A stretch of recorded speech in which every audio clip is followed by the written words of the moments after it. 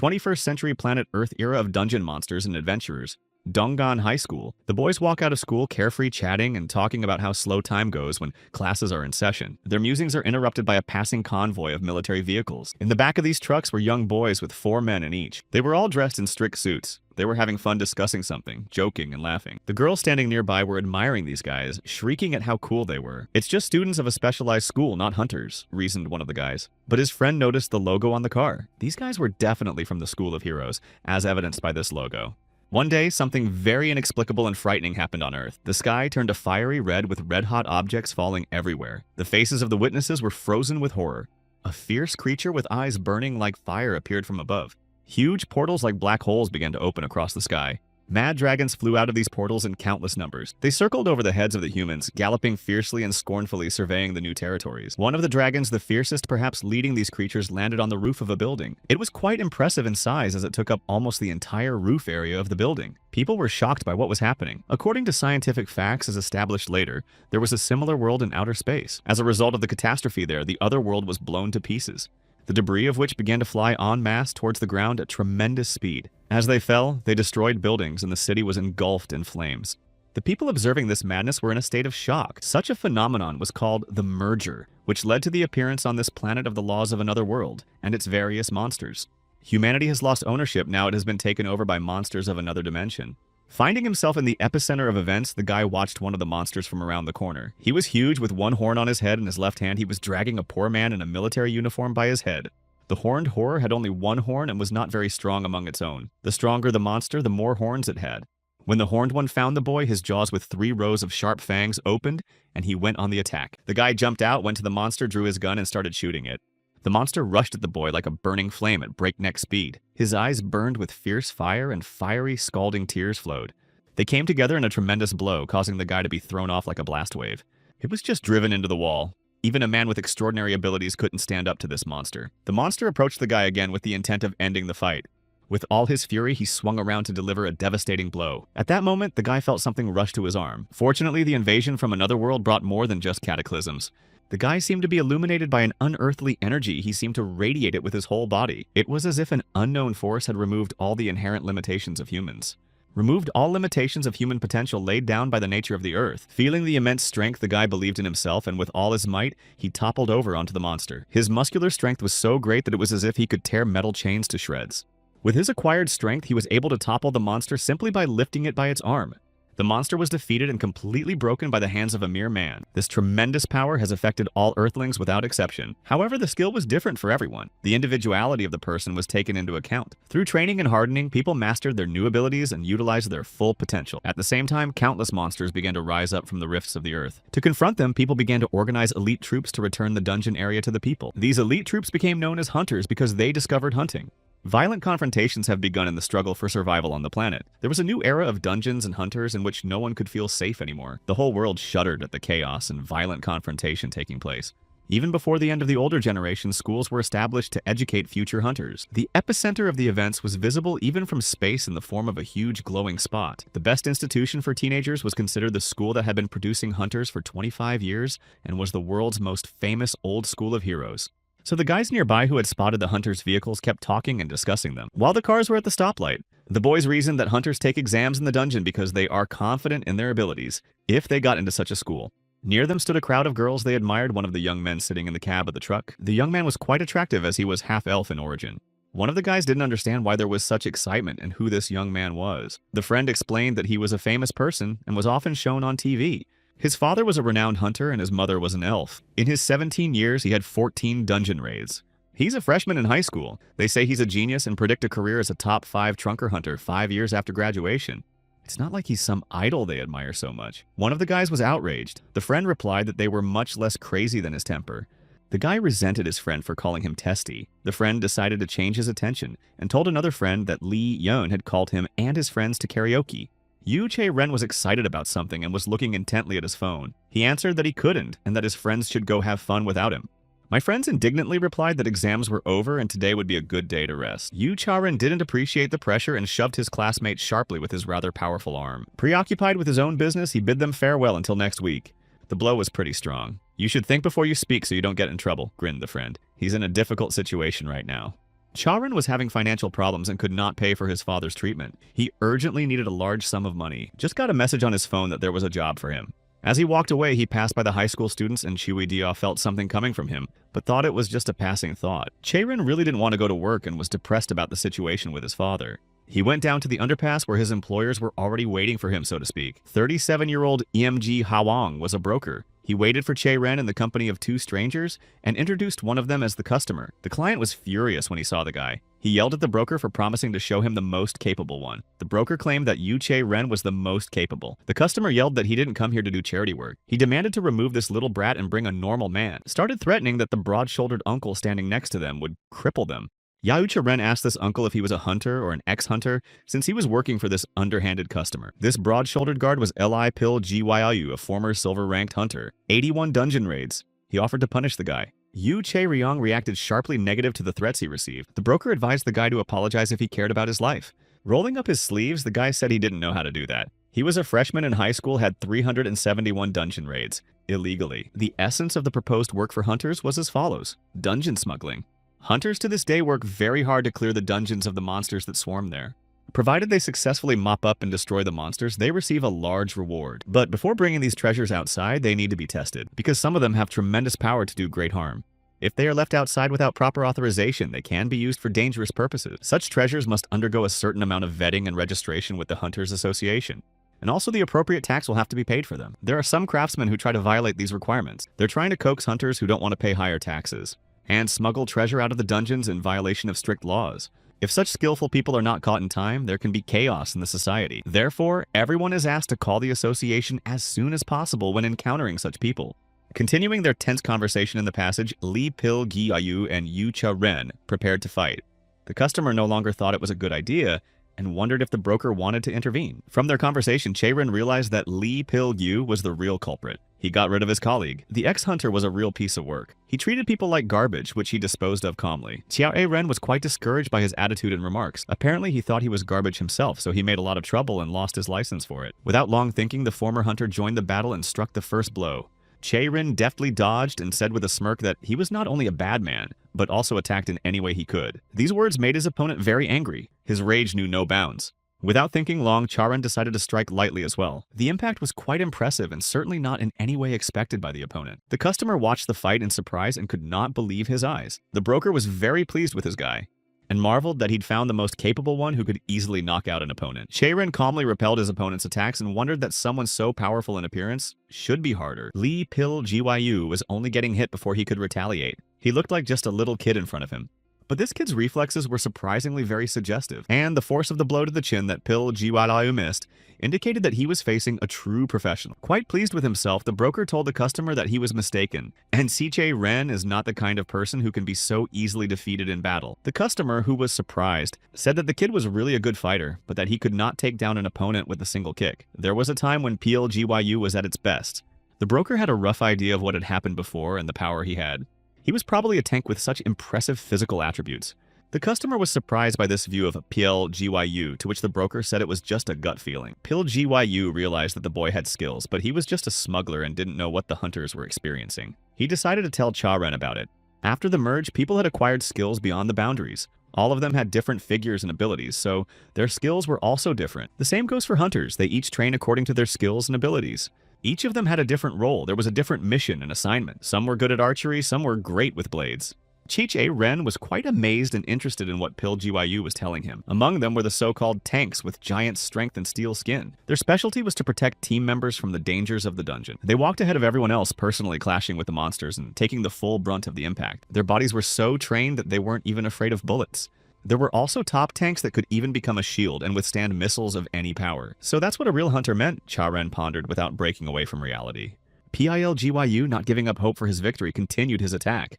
Che Ren kept the fight back and didn't let his opponent relax. Their confrontation was so powerful that the customer could barely stay on his feet. He feared he might get hurt himself in such a mess. The broker smirked and asked if the customer was okay and if he liked what he was watching, lamenting that Pil Gyu trashed the workroom with his crushing energy. Charan again and again skillfully dodged his opponent's blows. The hunter wondered why the guy didn't show all his abilities, but rather dodged attacks. Ren had his own plan and didn't want to fall into the hunter's trap. The broker thought that the hunter has a pretty good level. Its physical force of destruction is similar to a medium-sized truck. If you take a hit like that, it could shatter every bone in your body. The customer started shouting for Ren to finish it quickly, because if the hunter defeats something else, he will deduct from his salary. The hunter wondered why the customer did not understand how this fight would end, because he was very confident in himself, claiming that you can't beat a pro with skills like Ren. Ren had a different opinion on the matter, and took the object in his hands and said it would be enough to end the fight. After all, because of the excellent resistance and endurance, people think that tanks are invincible, but they are not. So they all have their weaknesses and enemies. The customer was relieved to realize that now it was finally over. Ren knew one secret, that it was possible to concentrate a huge destructive force in one point. As an example, a DM Edge dealer whose skill set surpasses a tank by several levels. You can crush your opponent with one blow so that he can't even get up and will be defeated. The customer, of course, knew the outcome of this fight and calmly watched, unlike the customer who was extremely impressed by the outcome. The completely defeated hunter mumbled frustratedly and asked the guy where he had learned the twisting technique. Ren didn't understand what exactly the hunter was talking about, which technique he was referring to. The hunter might have seen his father before, but he said he thought he had imagined it. Ren's father was also a great hunter in the past, and maybe they crossed paths. When Ren was very young, his father was the best hunter. And he was the best, not because of his father, but for great merit. His name was Yu Sung. He was from the first generation of heroes who fought desperately. The same young man who was able to defeat the Horned Terror as one of the first. These established units were the first hunters. They became legends to those who had not experienced the horror of history. In fact, those times can safely be called Hunter's Hell. First of all, there wasn't enough information about what dungeons are and what kind of monsters are there. They felt fear of the unknown and had no idea how to face it. Gecko Mullis is an immature individual, one-of-a-kind monster that today seems not particularly dangerous. Today, these monsters are considered an easy level, and even beginners can handle them. But for hunters of the time were comparable to an unknown calamity. They had no skills to fight monsters, only a desire to rid the land of unwelcome guests. There were no normal items. We fought with whatever we had to, for example, titanium alloy blades. Resistant to corrosion are the lowest level, and in such a nightmarish environment, the first generation of hunters risked their own lives by trial and error, and those lucky enough to be alive gained experience and accomplishments, for the sake of the next generation so that they don't have to experience this horror, and eventually became heroes and defenders of their planet. Dragon Slayer Yu Sung. This is the nickname given to the first human to slay a dragon. He was the world's #1 dragon hunter and children's idol. I respected and greatly envied my father more than anyone else. I firmly believed that he was invincible and no one in this world could break him. The cause of his illness was poison. While hunting in the dungeons, his father was poisoned, and it was impossible to cure him. As always, he did not give up and tried his best to overcome this difficulty. But over the years, his physical condition had reached its limit. Even the coworkers my father risked his life for were taking advantage of his illness. They sneakily appropriated all of his accomplishments and available assets for themselves. Thus, my father's physical and mental suffering continued for several years. When some time passed, the world began to forget the name of the Dragon Slayer Yu Song. In him, it was already difficult to see that image of the hero that everyone admired. He lost everything he had, tormented by an incurable disease, became just a hero forgotten by everyone. As for Pil Gyu, he was not a worthy opponent for Reina. The broker, looking at the depressed state of the customer, said it was not difficult for his protege. The customer couldn't believe how his hunter could lose to some green youth. At that moment, the broker's thoughts were on something else entirely. He had run out of cigarettes and replied casually that apparently Pil Gyu was not as good a hunter as he had always thought. Rin, seeing the hunter bragging about beating up his own colleague, thought that you could immediately guess his low level. There are only 2 instances in which good hunters are retired. Either they are no longer physically able to do the job due to injuries, or they died during the raid. It doesn't appear how much he can be paid, but if it's more than the lowest rate, I'd recommend firing him. If he's only after weight, anyone can do it. Ren is a bit over the top, said the broker, addressing the customer, and asked for understanding from the dear customer. Also asked to keep in mind that the fees for their services will now be twice as high. Such statements made the customer very angry. Why on earth should he pay more? The broker explained that there was no need to bully them, and that they don't do anything for free. The customer had no choice but to agree to his terms. The broker called out to Ren and asked if he had heard of the Sky Wasp. Would he have to fight the Sky Wasp? Ren couldn't believe it. The Sky Wasp is a monster that is known as the most dangerous monster, not only on the Korean peninsula, but also in the whole world. The area of Old Yoyido, where the nest of heavenly ones is located, has become the area with the highest level of difficulty in Korea. Ranchers can't easily deal with even one individual, and there's a whole army out there, so for a smuggler, it's a long shot. It's different if it's a top white-ranked hunter. According to the customer, a major raid took place yesterday, which was not covered in the media. A team of 7 white ranch hunters was assembled by the military with the support of the state. Ren was greatly surprised that the squad consisted of as many as 7 hunters. So to speak, all the Korean stars were gathered, although only a couple of them came, as it is already shouted in all the newspapers. They managed to organize a hunt for the mate. The goal of this team was to destroy the wasp, but unfortunately it didn't work out. One of those 7 had appropriated the Heaven Wasp royal jelly for himself. He bribed one of his men in the special unit and smuggled the item out. CHA Ren didn't understand what jelly we were talking about. It was the nutrient the wasps used to feed the new mate, the broker explained. Did a white rank hunter decide to smuggle in some nutrient? Royal jelly has made several appearances before. According to the broker, the man who ate it was able to literally escape the death grip and come back to life. Chiche Ren first heard of such a substance and was amazed at its effects. All nooks and crannies leading to the dungeons must be under strict control. This is the official position of the Hunters Association and the government. The broker knew that wasn't really the case. In his opinion, one must always be careful not to get killed. Che-Ren began to realize what a daunting task he was facing. You always have to be on your guard, and this time you have to be especially careful. Che-Ren looked very confused and seemed to be thinking about something. He thought about his father's illness. The broker decided to bring him to his senses. He thought the guy was thinking about something else, so he kept silent and didn't answer anything. Broker decided that the words about the revitalizing potion would not let him rest. Che Ren replied that it makes no difference whether he cares or not. It's probably just an exaggeration. Even if a cure like no other exists, it still can't cure his father. Because if there was any way, my father would never have lost the thread of hope. After the fusion, different kinds of dungeons appeared all over the land. Among them, a few of the largest in Korea stood out particularly clearly. The first place was where Jeju Island merged with the Hot Rock, and the second place was where the confluence of the Agara jungle took place. From one part of a neighborhood in Seoul, Old Barame neighborhood with a danger level of D+. This area has not yet been cleaned up. It was a huge dungeon in the center of which was the Yoido district, as well as the Mapo Yongsan and Yongdinpo districts. It was the center of a huge dungeon in the center of Yoido, Mapo Yongsan, and Yongdinpo. One of the smuggler's men delivered the goods to the rendezvous point. When he arrived on the scene, it looks like communications were lost. He was probably wounded or in some kind of trouble. Maybe he was wounded by wasps. Broker didn't think he took the merchandise for himself. The customer said to check the scene and bring the goods if they were there.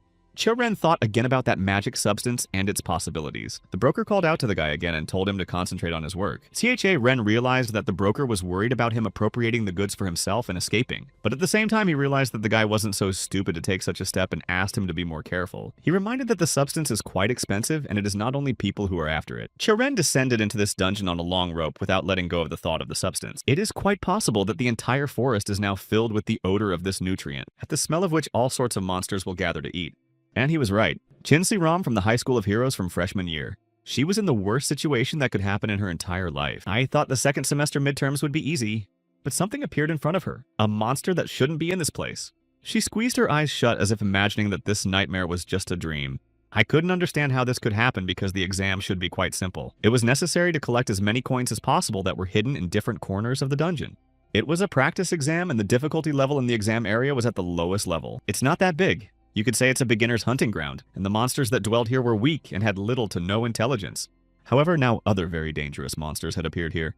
She had no choice but to run. If there was any chance of success, it would be a miracle. Despite the danger, Jin-Si-Ram thought that she should not give up and fight. The monster she caught was a Titan monkey, an immature specimen with a 3-star danger level. Si-Ram attacked him with archery, but the arrows were quite tiny for him. And the durability of his hide is greater than that of an armored car, which greatly discouraged the girl. No matter how many shots she fired, she couldn't penetrate his powerful defenses. The attacks had no effect on him whatsoever, and he didn't even need to dodge and block the blows.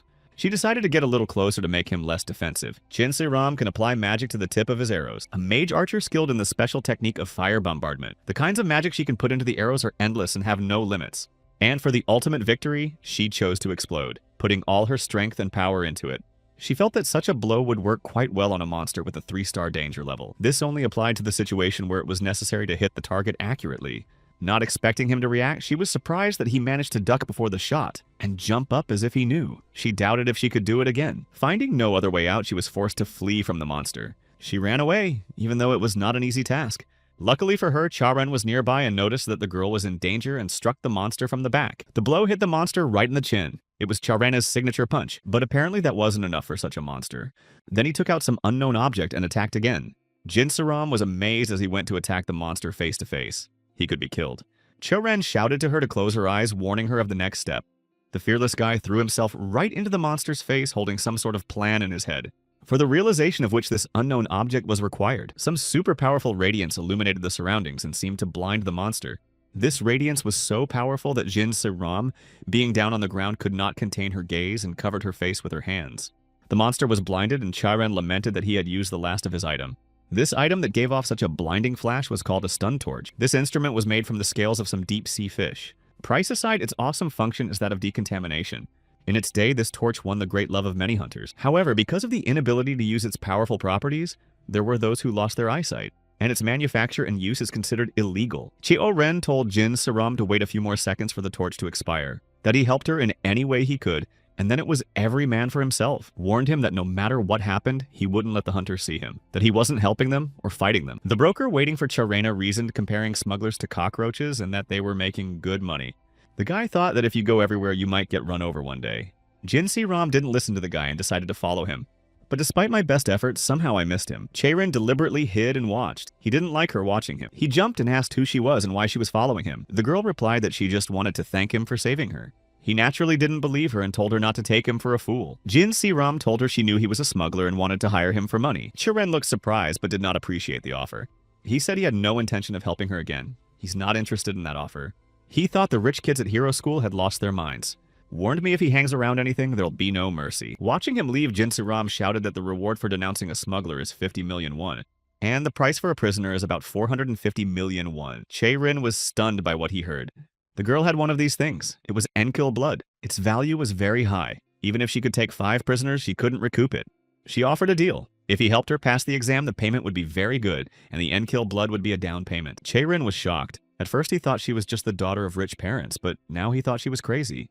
The girl said nothing more important than that this thing could help completely change his life, but their musings were interrupted. Cheiren said they didn't have much time.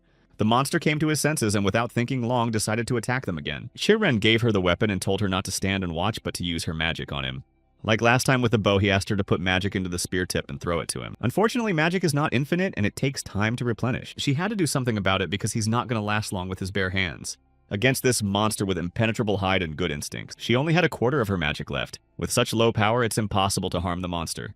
The thought came to her that it might be best to run away while he distracted the monster. She put all her remaining magic into the spear and threw it to Charena, not hoping for a better outcome. Jin Si-ram had a feeling of madness at what she had dared to do. Cheiren looked at the exhausted girl and was quite disappointed. I couldn't even get a quarter of it in. There wasn't much magic. Satisfied with the result, Cheiren said that it was still enough to strike a good blow. High school students are constantly being told what the first thing to do in a battle with a monster is. It's not just a destructive force sweeping away everything in its path, and the right moment and feeling to hit the exact target. In other words, sensation and ability together in one combination, which is a must-have for all hunters without exception. Silver class. Gained after completing dungeons more than 50 times and having the ability to fight monsters of the rank of 3 stars. Allows you to enter a mid-rank dungeon without special permission. Most hunters have this class. Si-ram went to a good school and had all the advantages of that institution. She had a carefree and promising childhood and many friends. Si-ram was from a rich and respectable family. She had a private driver who picked her up after school. Even her friends envied her. She had everything she ever wanted. In fact, she did. She could get almost anything in sight. Her father was the heir to the 4th-ranked company in South Korea's business community, Chinsun Group. He married an elven woman, a member of a tribe from another world. And in this great marriage, Chin Si-ram was fortunate enough to be born. Her dream was a passionate desire to become a hunter by all means. She believed that someday her dream would come true. When Si-ram became a teenager, she and her father came to the elf who was her own uncle to enroll her in school. He didn't think it would work. Allegedly, she had too little elven blood in her. I mean, she's practically the same as a normal human. I thought her parents should have stopped her, not encouraged her to do it. The father decided to support his daughter's path. His name was Jin Sung-gyu. He is currently the head of the Special Development Department at the Jinsung Group. He believed that you didn't have to have elven abilities to be a hunter. With a smirk, the elf agreed. But for a human, such abilities would not be superfluous, he thought. However, she is not much more than the average teenager. The elf was well aware, and that Si-ram was no ordinary person after all. And for sure, she won't just give up and keep pushing for what she wants. With her stubbornness and persistence, she strongly resembled his sister. Though in his opinion, humans would not be able to compare to elves, even if they died in battle with a monster and then resurrected. Maybe if she tries her best, maybe she'll make it to mid-level. To an ordinary man, even such words would be praise and recognition. But his daughter had been born with too much besides ability. The wealth of fame and genes, all of which can devalue her efforts in an instant, might make her a laughingstock, maybe even make her an outcast. She can't take this attitude for long and will just be broken. Cheiren knew very well that abilities don't just fall out of the sky. Only hard training, constant development of abilities and skills can lead to victory and strike any opponent dead. Only confidence and unwavering belief in yourself and your abilities will lead to success. Jin Si-ram was amazed at Charena's capabilities because they were about the same age. The guy was flattered by this surprise of the girl he tried to impress. Their conversation was interrupted by the customer paying attention to the object in Chae-Rin's hands. It should be handled carefully so as not to break it, as it is expensive. Holding what looked like glasses in his hands, he doubted their value. He thought they could be bought at any store like Diazo, a chain of stores offering inexpensive goods. Broker knew that these glasses had facial recognition interference and voice alteration. They also had 4 kinds of magic on them. But Chae-Rin, as it turned out, was not known for his sleight of hand and accuracy. He'd had a bad day since this morning, and he wasn't having much luck today at all. The girl decided to ask if they happened to attend the same school. Without trying to hide his irritation, he asked for what she had promised for her help, leaving the question unanswered. She kept her promise and gave him the blood of the Enkel as an advance. He examined the amulet suspiciously, doubting its authenticity. Trying to be friendly, she gently inquired about his well-being. After all, the pay was not small at a hunter's school. Chae-Rin disliked students from fee-paying schools and was wary of them. He said irritably that he didn't go to such places. The girl was greatly surprised to hear where he had learned to master magic and combat techniques like that. He was self-taught and developed his abilities on his own without the help of teachers or mentors. C-Rom was furious at what he said. How so? Incredible movements and sense of timing. She thought he was just mocking her. To prove his point, he threw his name tag in her face for her to see for herself. The enraged girl asked what it was that he was allowing himself and what it was all about. It was his student ID card from Donggang High School. It had nothing to do with a hunting school. Qiao Ren's words were confirmed by this ticket. He really did go to a very ordinary liberal arts school. She couldn't believe her eyes. In response, he asked if she now wanted to prove her position, show either a student card or some other document. The girl complied with his request and provided her documents. Her student ID card confirmed her attendance at Heroes High School, and it turned out they were the same age. For the time being, he decided to clean up her paperwork, thus signaling that the deal was done. Surprised by that, the girl indignantly asked why the mind would want her apprentice. It was on the surface. The answer was that she was offering him a job and she had seen his face. And that wasn't all. He pulled out his phone and motioned for the girl to come closer. The girl in confusion couldn't understand what he was doing or what he wanted. By deploying a phone lens instead of a contract, the proof of community will be selfies. She must have realized that the smuggler's accomplices would suffer the same punishment. That selfie was insurance in case she decided to terminate the contract and turn it in. That's when S.E. Rom realized that she may well have gotten involved with a man who was far more dangerous than she thought. But it was too late to change anything. To begin, Chae-Rin offered to calculate the cost of his services. He asked what exactly he needed to do. The girl explained the assignment. According to the assignment she had received at school, she had to collect coins to pass. The coins were hidden in different corners of the exam field. The time allotted was only 6 hours. She also needs to find a box with a coin pattern with which she must prove her identity. She had already found 1 coin on her own. She needed 1 more to complete the task. The girl had an idea where she might be. Chae-Rin thoughtfully decided to have a snack and asked where S.E. Rom thought she could be. She had information that maybe where the Eugene Mall used to be.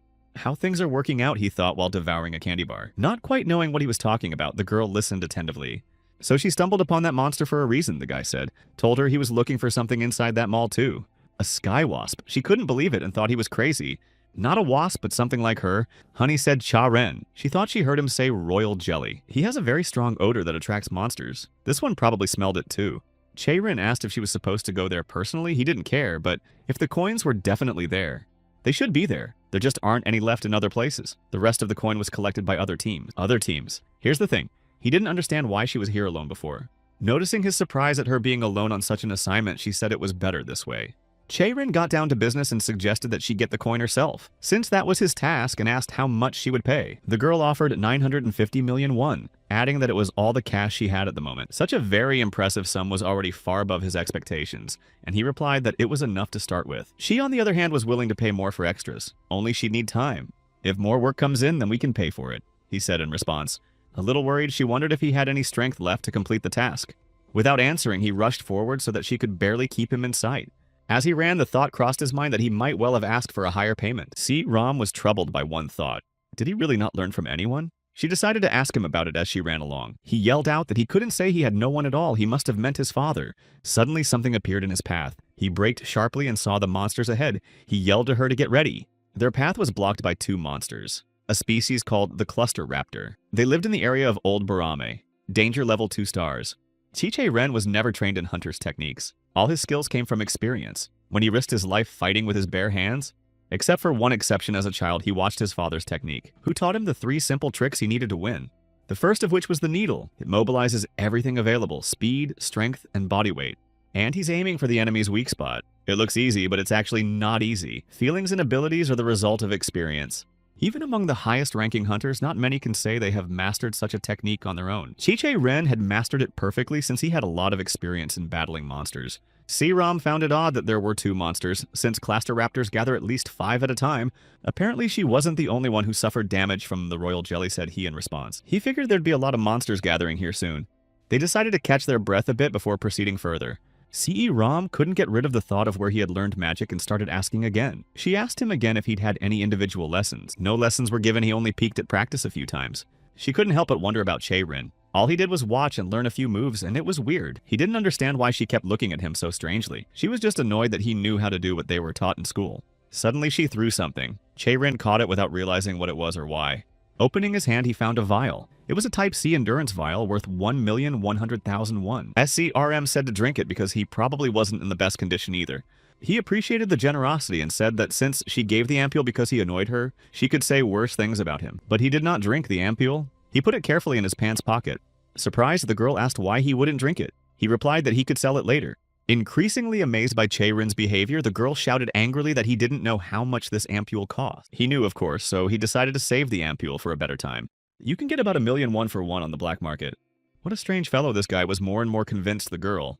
The guy started moving and said since she'd had a drink we could move on. He was becoming more and more convinced of how weird rich parents' kids were. At last they came to the former shopping center, not daring to enter at once, and sat down to look around. Chi-Che-Ren decided to clarify the purpose of their arrival there. Their purpose was not to hunt, but to safely get what each of them needed and get out of there. Whatever monster they come across, they need to keep their cool and follow his instructions. He asked her to trust him since survival was his specialty and she had only studied such situations from books.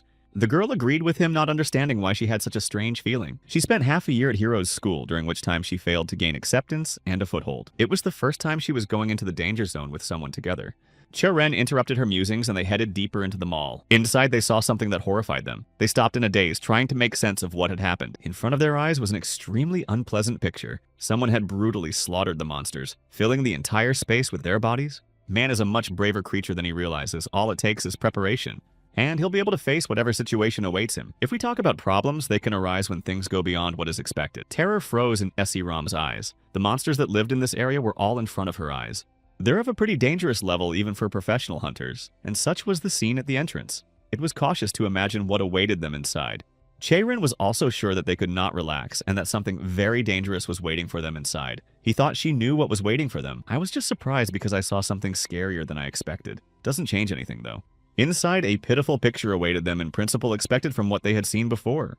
Che-Ren saw the monster standing in front of him and prepared to fight. In front of them stood a monster nicknamed Chopping Rib with a danger level of 5 stars. The monster launched an attack with an incredibly long tongue, tightly wrapping his tongue around the weapon like a boa constrictor squeezing its victim. With the power of a huge wave, he easily tossed Che-Ren upwards. He managed to wrestle the weapon out of his hands, but the boy was not deterred. He decided to attack from above, concentrating all his power in one blow.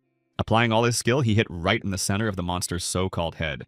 Che-Ren's punch was magnificent and accurate. The monster was defeated. The girl thought that everyone here was already dead. She was surprised at its vitality. He realized that it wasn't about survivability, but that he had been left alive on purpose. It served as a sort of warning to uninvited guests. The slashing rib emits a terrible scream when threatened with life, alerting other monsters. The girl could not understand who could have done such a thing and for what purpose.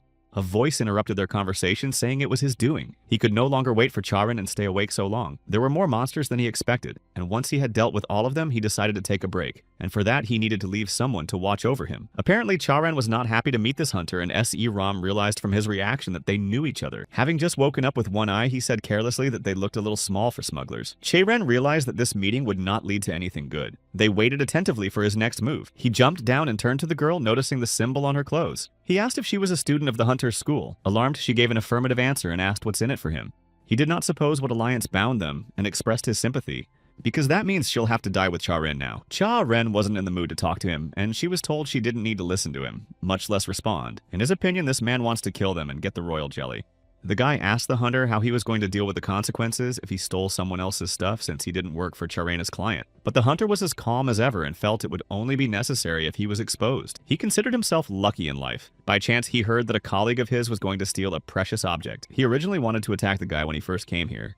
But something went wrong. Plans changed, because things don't always work out the way they're supposed to. He was sorry the plan didn't work out. He saw the monster run into the mall, but he couldn't find it. He thought there must be a hiding place where the treasure could be hidden. THA Ren realized that the communication with the person in charge had not stopped because of the poison of the sky wasp. She was lost at the hands of this hunter, eager to get his hands on the treasure. THA Ren didn't necessarily need to personally fight him at all, but there was a real hunter standing in front of him, claiming that the boy's death was a foregone conclusion but could be as painless as possible. And he was completely different from the rabble he'd met before. Charin told the girl to go find the coin and run away from here as fast as possible while he distracts the hunter. Thanks to the hunter, there was now no one left inside the building, and it was now safe. She was worried about the boy. The hunter suddenly crept up and said he could hear their entire conversation. A battle broke out between them. The hunter threw the first punch, but Che-Rin was able to dodge it. See, Ram froze with her mouth open. He shouted for her to stop stomping and run away, pretending to worry about how he'd get his reward if she died. The hunter thought it was a waste to send her away because the two of them would have had a better chance of staying alive. A fierce battle broke out between them. Each was strong in his own way and both had a lot of experience under their belt. Che-Rin held his ground. He didn't give the appearance of being weaker than an experienced hunter, which surprised him greatly. How skillfully he calculated the trajectory of the hunter's sword. The guy used his signature move, kicked him in the chin. The opponent was defeated and Charin took a moment to catch his breath. Suddenly he heard a voice. In the darkness stood a hunter who had come to his senses. He said he didn't think to use the gear, and didn't take the guy seriously at first because of his age. As it turned out, CHA Ren was even higher than a professional in his opinion, and also said, now we'll have to remove the girl from the School of Heroes. Young Do-gyun was a gold-ranked hunter. Fully confident in his superiority, he grinned that the battle wouldn't be long. Meanwhile, the broker decided to grab a bite to eat while waiting for Che-Rena with the customer. He offered to weld the loom for him as well, but the customer was nervous and did not appreciate the calmness in the offer. He waited for his guard to come to his senses. The broker told him to sit down as it would not happen soon. The customer complained that it didn't seem worth the money he was paying. All muscle and no substance. Hailed himself as a great hunter. Bragged about his strength. He shouldn't have been so vain. The customer thought that the hunter had lost, not because he was stupid, but because he deserved to lose. But he thought to himself that he was really stupid. In the broker's opinion, the customer was wrong. Hunters aren't supposed to fight people. He was trained to hunt and scout, not to fight other hunters. He may have handled the monster, but it's no surprise that the smuggler defeated him. The customer challenged the broker's opinion by saying that he had heard that hunters also fight among themselves. Yes, of course there have been instances of hunters fighting each other. After all, the higher their level and strength, the further things can go. Even comrades and colleagues who fight together and rely on each other can betray each other out of greed. So they might as well compete with each other and get killed by their own. Anything can happen inside the dungeon, who's to say they can't? The customer was surprised that it turns out, for example, you can say that the comrade died from the monster, and no alibi would be needed. The broker explained the higher the level of the hunter, the more they train in anticipation of battling each other. As for the customer's buddy, he wasn't a hunter of that caliber.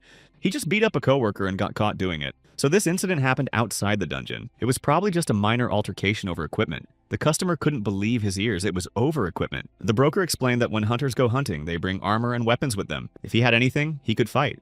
THA Ren had its own weapons. For hunters, it is the equipment that is half of their fighting power. Even a gold-ranked hunter in battle can't always hold his own without proper equipment. But of course, weapons don't always decide the outcome of a battle. Che-Ren's punching technique is excellent. His strength is in defense.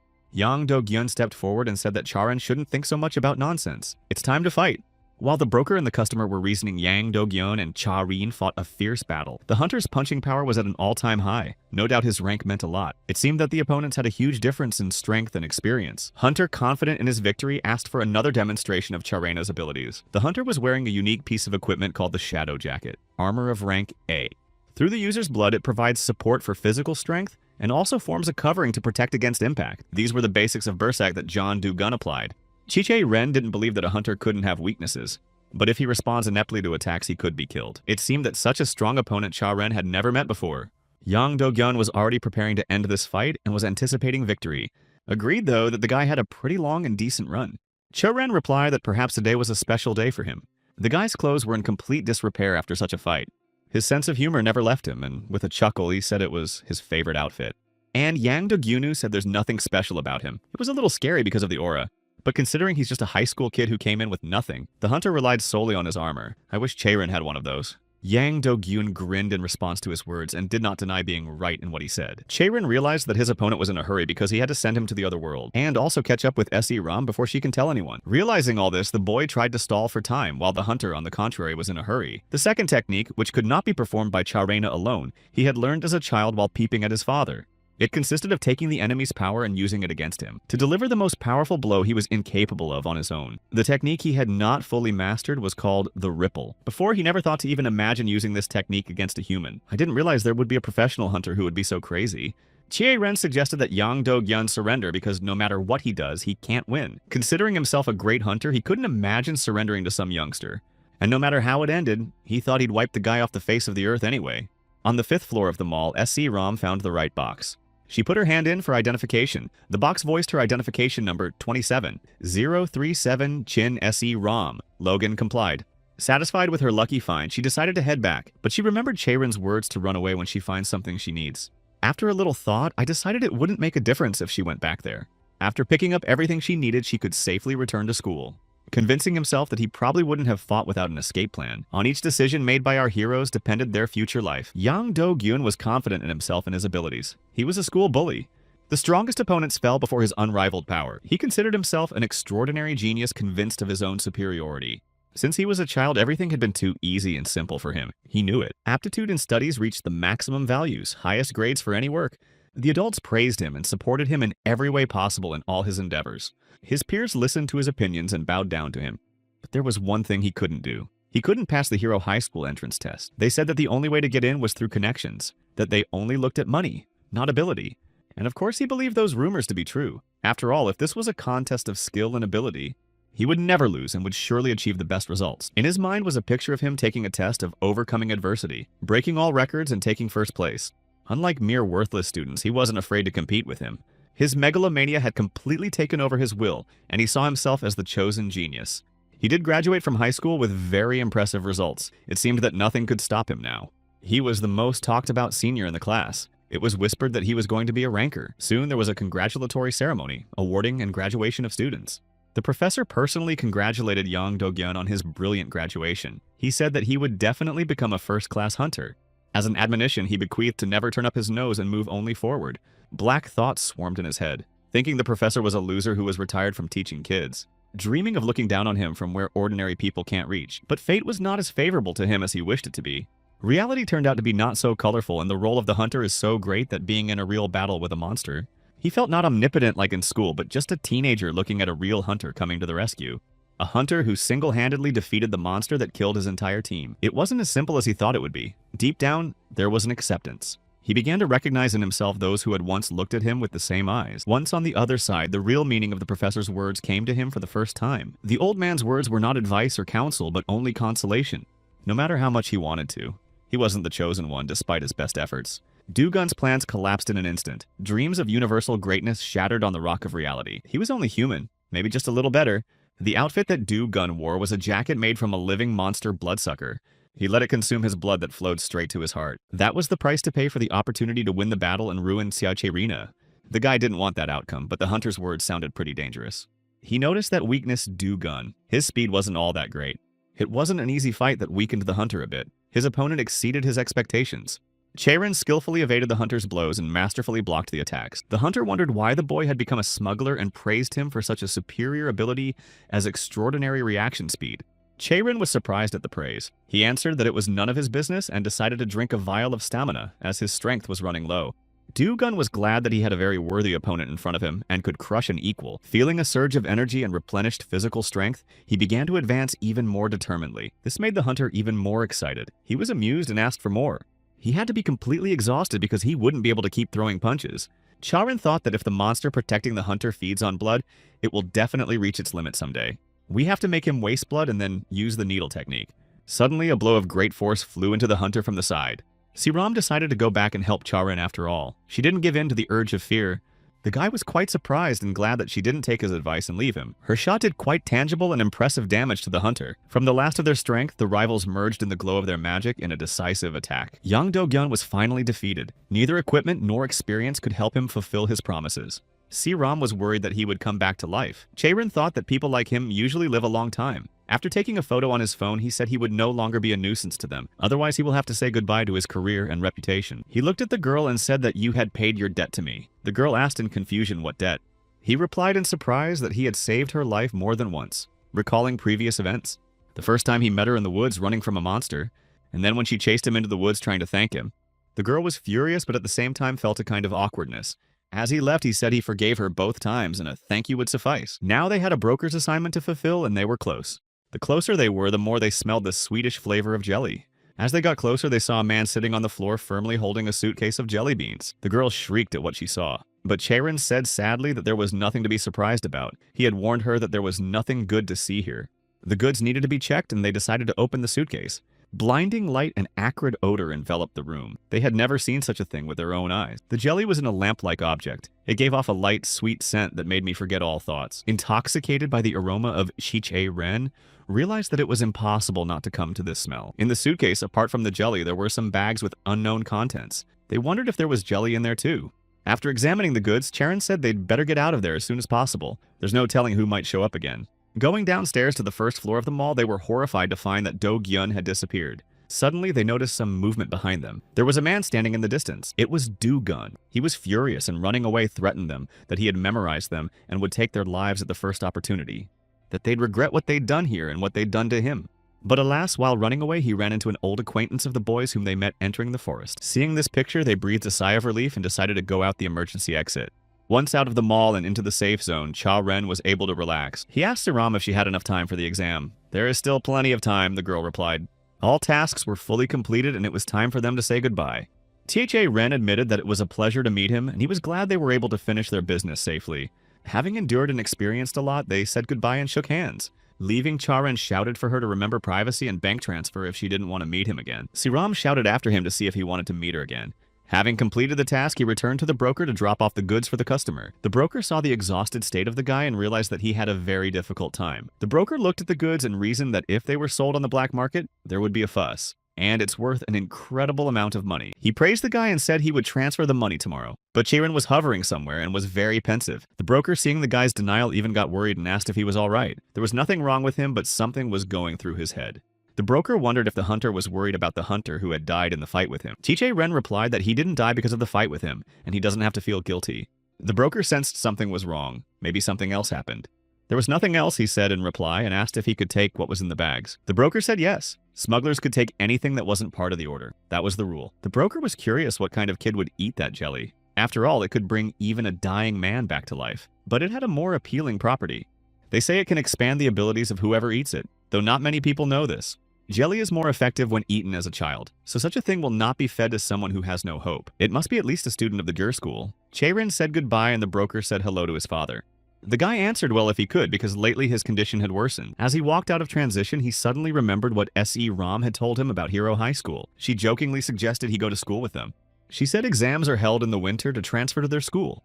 Every year they recruit a minimum of 1 to 2. She thought he would definitely do well. She held out her hand to meet him and once again repeated the invitation to attend their hero school, the symbolism of Heroes High School, where the best of the best were trained. No hunter can mop up a huge dungeon alone, whatever superior qualities and talents he may possess. It is almost impossible to cope with the endless waves of attacking monsters alone. That's why it takes a team. While one reflects the other, each hunter applies a different skill. In this way, team members make up for each other's shortcomings and overcome obstacles. With proper team preparation and teamwork, the monster is killed. Teamwork and having each other's backs is what dungeon sweeping is all about. Heroes School creates factions every year, Cha-ren clarified. It's when you pick one side and fight the other. Ram replied that she wouldn't talk about such childish jokes. There are 2 factions in her course. They are led by 2 students who are in the top 3 on the course. Cha-ren got the point and said that teams are recruited from these factions, so she couldn't get into any of them. The girl bashfully confirmed that he was right and the teachers weren't doing anything about it. Finding a team most likely depends on the ability of the participant, clarified Cha-ren. Ram thought he was trying to tell her that she lacked ability. She knew she couldn't be an excellent student. In her opinion, she wasn't bad enough at school not to make one of the teams. There are those who are not in factions, but they have formed their own team. She had already specified that there were 2 factions. The leader of one of them didn't like her. Although outwardly she doesn't show it, just weaves her scheming behind her back to keep S.E. Ram from being accepted anywhere. Charon wondered if she stole a guy from this leader. Not at all, replied the girl. So now she kept to herself, but she wouldn't be able to do that in the 2nd and 3rd year. That's why she wants to hire him. With his abilities, if he's around, she can handle anything. You could tell by the guy that he was confused. Without giving any answer, Charon said he understood and said goodbye to the girl, leaving her completely confused, not realizing if he would accept her offer. When he got home, he did give her suggestion some thought, saying she was very funny. They bid farewell in the barrier of the Canum 12th branch dungeon. As the girl was heading towards the school to confirm passing the exam, she met her teacher. Kang Jong-gook was the classroom teacher of a 1-to-1 class at Heroes High School. He was a close combat instructor. The surprised girl asked what was the matter because the time for the exam had not yet passed. The teacher replied that there was a problem. There were monsters in some areas that weren't supposed to be there. It's a good thing no one was hurt, but it has been reported that some places can no longer hold exams. The spot where SC Rom found the second coin was in just such an area. The teacher asked the girl if there were any problems during the exam. She replied that she had not had any problems and had not seen anything out of the ordinary. Suddenly, a monster similar to the one she had met suddenly appeared from behind. Only this one looked a lot stronger than that one. A Titan monkey is a mature individual with a danger level of 3 to 4 stars. Jungkook was extremely surprised. Such monsters shouldn't be here. Siram wondered if he had come upon that strong odor of wasp jelly. The girl followed the teacher at what he told her to be behind his back. All of the teachers at the school have worked as hunters in the past, and most of them graduated from this school. Being retired due to injuries, they could no longer defend the dungeons. Although it was just an opinion from the side of those not knowing the truth. A fighter against tyranny. When he was in his early 30s and a ranker, he got that nickname. In normal life, he had to restrain himself. The teacher said that SE Rom was very lucky, because something terrible might have happened to her. Of course, he had no idea what was really happening to her.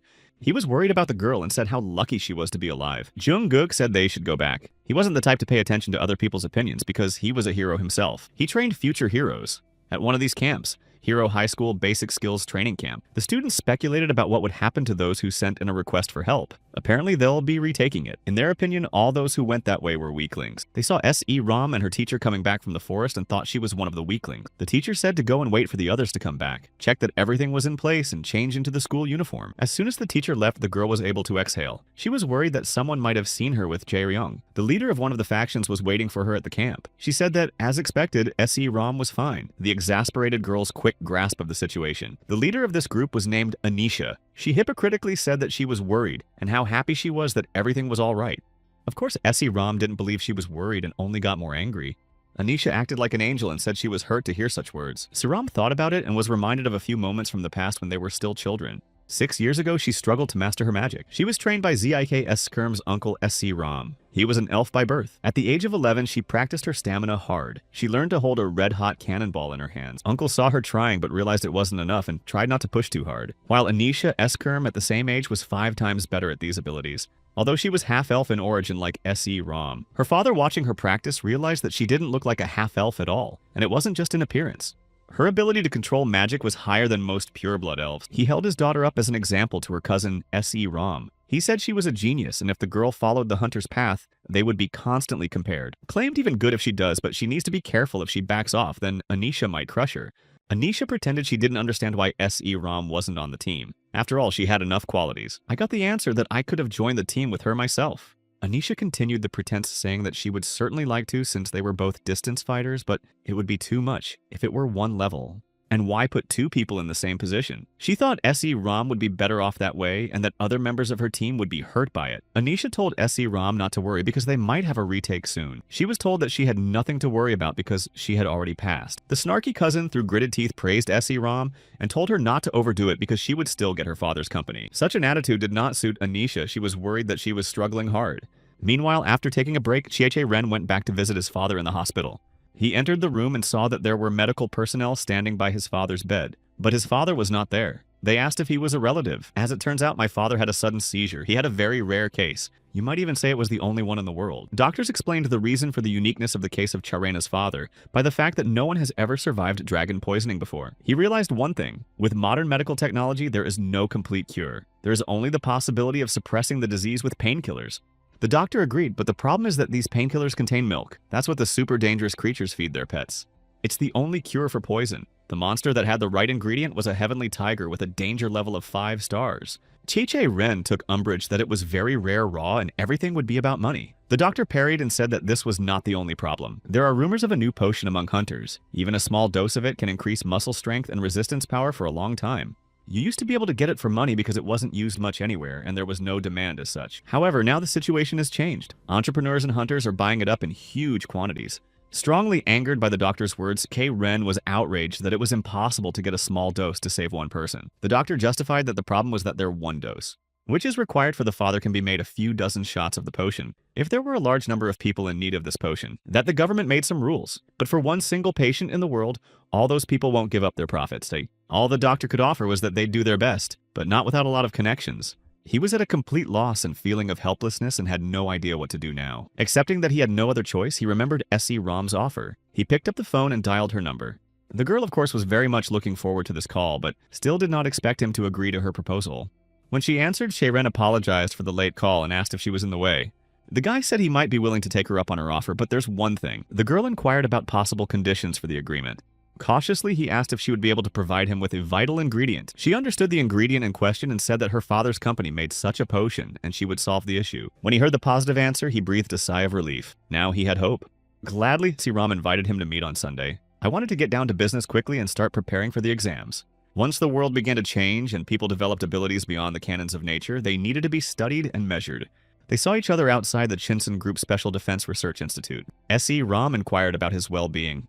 The scope of the institute surprised me by asking what exactly they do here, and I found out that this is where hunters measure their abilities. Before the merger, normal humans had D-ranked abilities, except for magic. When the indicators increased by 1 step and reached the rank of C, people were already called geniuses. And indicators above the rank already allowed us to talk about a person's superpowers. In addition to magic power, a minimum of 5 stats had to be level C. Then they were allowed to become hunters. If 3 of the indicators reached rank B, one could apply to the hero school. Chiche Ren suggested that he would have to undergo some sort of physical. The SE Ram responded that these are only done in childhood, and for adolescence the measurements are a little more complicated. Chiche Ren was intrigued and anticipated exactly what was going to be done to him. After putting on the suit, he realized the point and resented why he hadn't guessed it earlier when SE Ram asked him how he was feeling. For the test, he had to fight the training Golem GIO Kron Pro version 9.22. Chiche Ari tuned himself that if he was here he should fight properly. He was curious about his own stats. In the chest of the training golem was a chamber for observing the test and counting the readings. Saram was also quite curious to see how good he was. The girl who helped take the measurements was surprised at how confident he was, because almost everyone is afraid of golems when they first meet them. C-Ram, when asked to help with the measurements, said he wanted to transfer to Hero High and thought he was well prepared. The test was conducted by Jung Yo-min, Golem Summoner. She was a former hunter and worked at the Chinsen Group Research Center. Without much thought, they began the test. The golem began to use the first attacks. Measurements of aptitude scores are usually taken at 6 to 7 years of age. Special devices were worn for such measurements, which stimulated the body pushing it to the limit in various areas. The more unique abilities and the more trained a person is, the more difficult it is to measure. After all, it is difficult to stimulate them to their limits. Such indicators were also shown by CHA Ren. SE Ram realized that it would be difficult to measure them. Although his physical strength from the recent incidents must have been at its limit, the girl thought. Even the experienced staff member was astonished. She could not believe that he could fail the exam and not get into a specialized school. The result spoke for itself. He dealt with the golem in no time. She had originally lowered the difficulty level because she was worried about the guy. But even with that fact, she could see that he looked like he'd had special training. At first, he dodged a few times, managing to make Golem's tactics count, and then waited for the right moment to strike a very precise blow. He was amazing. Better than any professional in terms of feeling. C-Ram was burning with curiosity, wanting to know the results of the measurements as soon as possible. Junmin found it difficult to give an answer. She did not know how to take measurements from him. After completely defeating the golem, he had yet to reach his limit.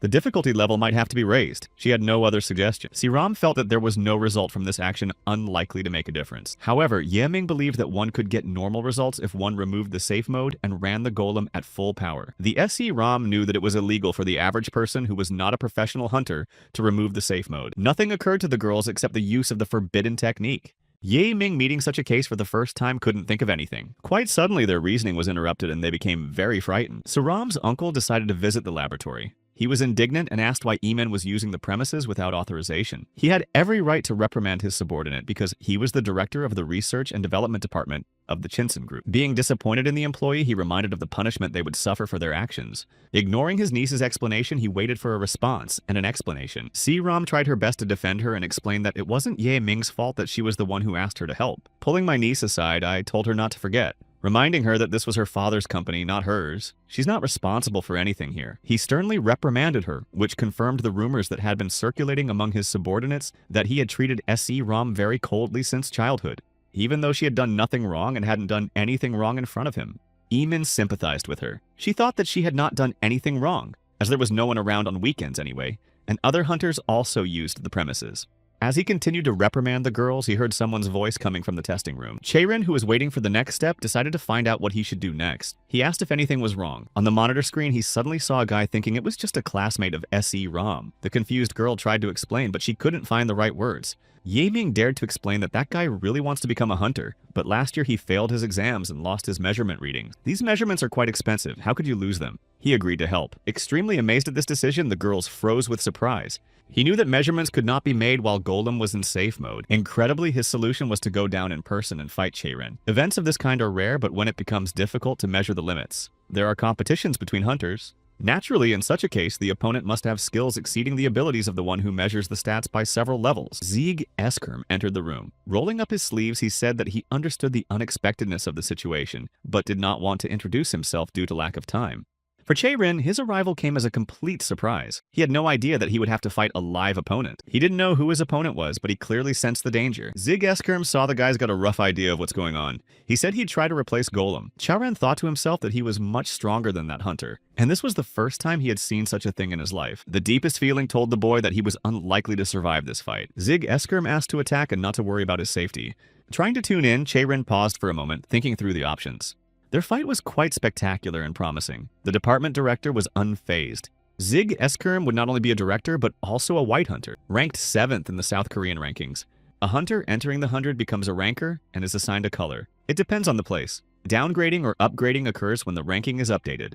Che-Ren was trying to see the right moment to strike. His strategy was quite simple. A punch with all his strength, from which the only thing left to do was to dodge. And when the opponent ducked, he used the momentum of the hiccup. But not with this opponent. Zieg Eskerm held an unflappable confidence. He fought off Che-Ren's attacks with his bare hands, not taking him as a serious opponent. Such an unrivaled opponent in terms of strength the guy had never met before. Zieg Eskerm, catching and firmly gripping his opponent's weapon, said he was extremely inattentive, grabbing his weapon and tossing it aside with a powerful kick. Che-Ren repeated over and over in his moves, so the director couldn't understand he wants to constantly get because it's not a real fight. Thinking that the guy looks pathetic, thinking this kind of trick will work. What's more, he only lost his weapon, not his consciousness. The enemy was expecting a more serious attack. Che-Ren, in the director's opinion, made the same stupid mistake for the second time and made no effort to change tactics. Warned him that if he did anything stupid like that again, he'd send him home, and he'd better give up his dream of being a hunter. Che-Ren said that he feels some kind of animosity from the enemy, but he doesn't know what it's related to. Having decided that this is not really important, I went on the attack again. Frustrated, Zieg Eskerm thought again the same technique. The approach was too fast, and this time, the director made a mistake. Che-Ren did not repeat himself and chose a different technique. Zieg Eskerm kept his distance, which was standard procedure. But such a distance is not enough, counted the guy and warned that there was only a warm-up before. Clutching his weapon tightly, he concentrated all the magic and released it into his opponent. Zieg Eskerm had a pretty good reception. He even had to move around a lot. The girls watched what was happening from the monitor screen and noticed that the sensors seemed to go crazy. It was impossible to read what they were showing. Ye Ming was thrilled to watch the two pros battle, and Che-Ren was crazy about it, not understanding how he couldn't get in anywhere. However, Ye Ming was an expert and noted that she found not only pros but also cons. Saram couldn't believe her ears. What disadvantages could he have with such indicators? As it turned out, the disadvantage in the opinion of the former huntress was quite crushing. On that part, Essie Ram was far superior to him. She couldn't believe it, that a man fighting on equal footing with her uncle could be inferior to her. What faults there were to be found? He was quite adept at mastering the situation. Finally, Che-Ren was able to retake the lead and inflict damage on the enemy. Zieg Eskerm again praised the guy for being able to hold his weapon this time. And apparently he needed to do just that so he couldn't deflect the attack. Ye Ming wondered about the guy's safety and worried whether the boss was controlling his power. The boss looked dejectedly at Che-Ren and said that he would not comment on his defeat since it had been predetermined from the beginning. He thought the whole process leading up to the guy's defeat was pathetic. Zieg Eskerm couldn't understand why he didn't have the basics. Ye Ming wondered the same thing. The sense of combat and skills were excellent, but the steps of the way of attack and defense. Everything gave away the lack of basic training. After all she had seen, she was disappointed that with his abilities, he would have been much stronger if he had been trained in the basics. Siram remembered his words when she asked him where he had learned his techniques so well. He replied that no one had taught him anything. As Zieg Eskerm left, he told Che-Ren that he had seen a lot of pathetic guys who had unique abilities, but made no effort to develop them. Ram was very disappointed and frustrated because this was not what she was looking for at all. Now it's time to pay for the measurement, said the director. But it's better if he admits his hopelessness, if a lazy man relies only on his own abilities. Che-Ren didn't want to back down and said he didn't know why he was being so mean. In his opinion, the guy is lazy and he doesn't like lazy people. Zieg Eskerm turned around, seeing that the guy would not calm down, and replied that he had struck the last blow to end the battle. Che-Ren did not calm down and shouted that he does not care about the payment and that he wants to fight again, and then he will show the result of his efforts. While the opponents were competing in profanity, the girls were getting a tally of the measurements. Ming shouted that striving to go all the way is fine, but there was no point in fighting anymore since they got the results. Ram also cried out that the measurements were over and he did great. Zig Eskerm says he doesn't understand what he's trying to accomplish. Everything is useless and he must realize that the result will not change no matter how much they fight. The director thought that maybe Chie Ren wanted to be recognized to be told about how amazing his willpower was and that it was enough, replying that he was just really pissed that it was ending and he hadn't really thrown a punch. He had a reason, no one taught him. He did everything on his own from scratch. However, due to his outstanding abilities and hard work, he was able to completely fill in any gaps in his education himself. If you add to that his vast experience of risking his life many times, allowing his skills to develop to great heights, achievements akin to miracles, but even so, he never considered himself an exceptional genius. I just looked with pity at the real hunters I met along the way. For example, such scoundrels as John Do-gyun and Pil Gyu, who could not be called hunters. Zig Eskerm still agreed to repeat the battle to trample Kei Chirena before he could even get angry. But it was a different man. It was a monster capable of surpassing him, and he had no need to hold back. It was the first time Chie Ren had met a real hunter other than his father. He didn't immediately notice the youthful blood in him. Ming didn't understand what was going on and why the supervisor was acting like that. Ram watched carefully and realized that this was not the pose she had seen so far. The hunter thought that Cheiren had chosen the wrong pose again. It was a way of grabbing and pulling the body, but it was not suitable for swinging the pole. Ren felt like a completely different person. He began to attack with the first unexpected technique for the opponent. Zig Eskerm no longer seemed so confident and there was anxiety in his gaze. Strike after strike, attack after attack, he demonstrated his strength again and again. It seemed that the skillful hunter was unable to resist these attacks and he deftly evaded them. Ram was very worried about the guy and compared what she had observed before and now. He moved very simply and clumsily. Ming couldn't stop wondering again she saw the skill. There was not a moment's hesitation in his continuous movements. He was properly trained. His only role model is his own father. He was his idol. Cheiren followed his every move, trying to copy it exactly. During the fight, he thought back to those lessons. With what persistence and desire he strived to become a hero like his father. One day his father noticed him watching him and tried to perform something similar. His father's face stood before his eyes. He was as if he were one with him. The same temper and tenacity was in his eyes. Power and indomitable temper. Cheiren was thinking that there would be a hitch when the hunter landed. Although dodging his attacks is not possible at the moment, Cheiren decided to do as the hunter planned, to meet him face to face. The girls watched with bated breath as the two incredibly strong and experienced warriors battled. In the end, the fight was again not decided in favor of Chirena. Zig Eskerm recognized that he should have kept going and could have won if he hadn't started using those inept pole techniques again. The warden wondered why he did it. Maybe he wanted to boost his self-esteem. In response, Charen said with a smile that he had just reached the very limit. In the end, he did get the worst of it. He thought it was a good thing, though. Zig Eskerm had a bad reputation amongst the rankers because of his difficult character. Ram was worried about Karen and came running to them. But no one dared to cross him because of his superior skills. He told her to stop and be quiet. As it turned out, he had the gift of healing. He used his magic to heal the guy. There wasn't even a scratch on him. Her uncle reassured her and told her not to worry. His uncle said he'd be fine. 100 healed him and there would be no consequences. As he was leaving, he asked Ram what she called him, like Yu Che Ren. The girl replied that yes, that was his name. Zig Eskerm was the holder of the White Wound, of which there are only 10 in the whole country, and also the best healer in Korea. The name Cheiren appeared to be familiar to him. He never thought he'd find his son here. Zig Eskerm went outside where his driver was already waiting for him and was nervous about why it was taking so long and why you can't text if you're running late. He could leave the car and go get something to eat. They were late for the briefing, and every time they're late, he's the one they blame for what happened.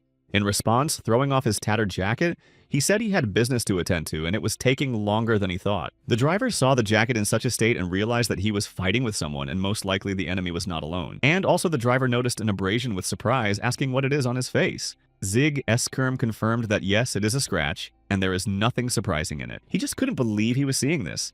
And if a kid who was studying to be a freshman could do this to him, he must be about 16 years old. He's 17 and wants to transfer to Hero High this spring. The driver pondered and remembered that it was possible to transfer there, but he couldn't recall a single case in 3 years when someone had been able to pass the exam. The driver was convinced that this kid could definitely get in because he didn't have a passport yet, and he had already managed to scratch the face of Gozik Eskerma himself. He believed that young people in the current times are just scary and one should always be on guard.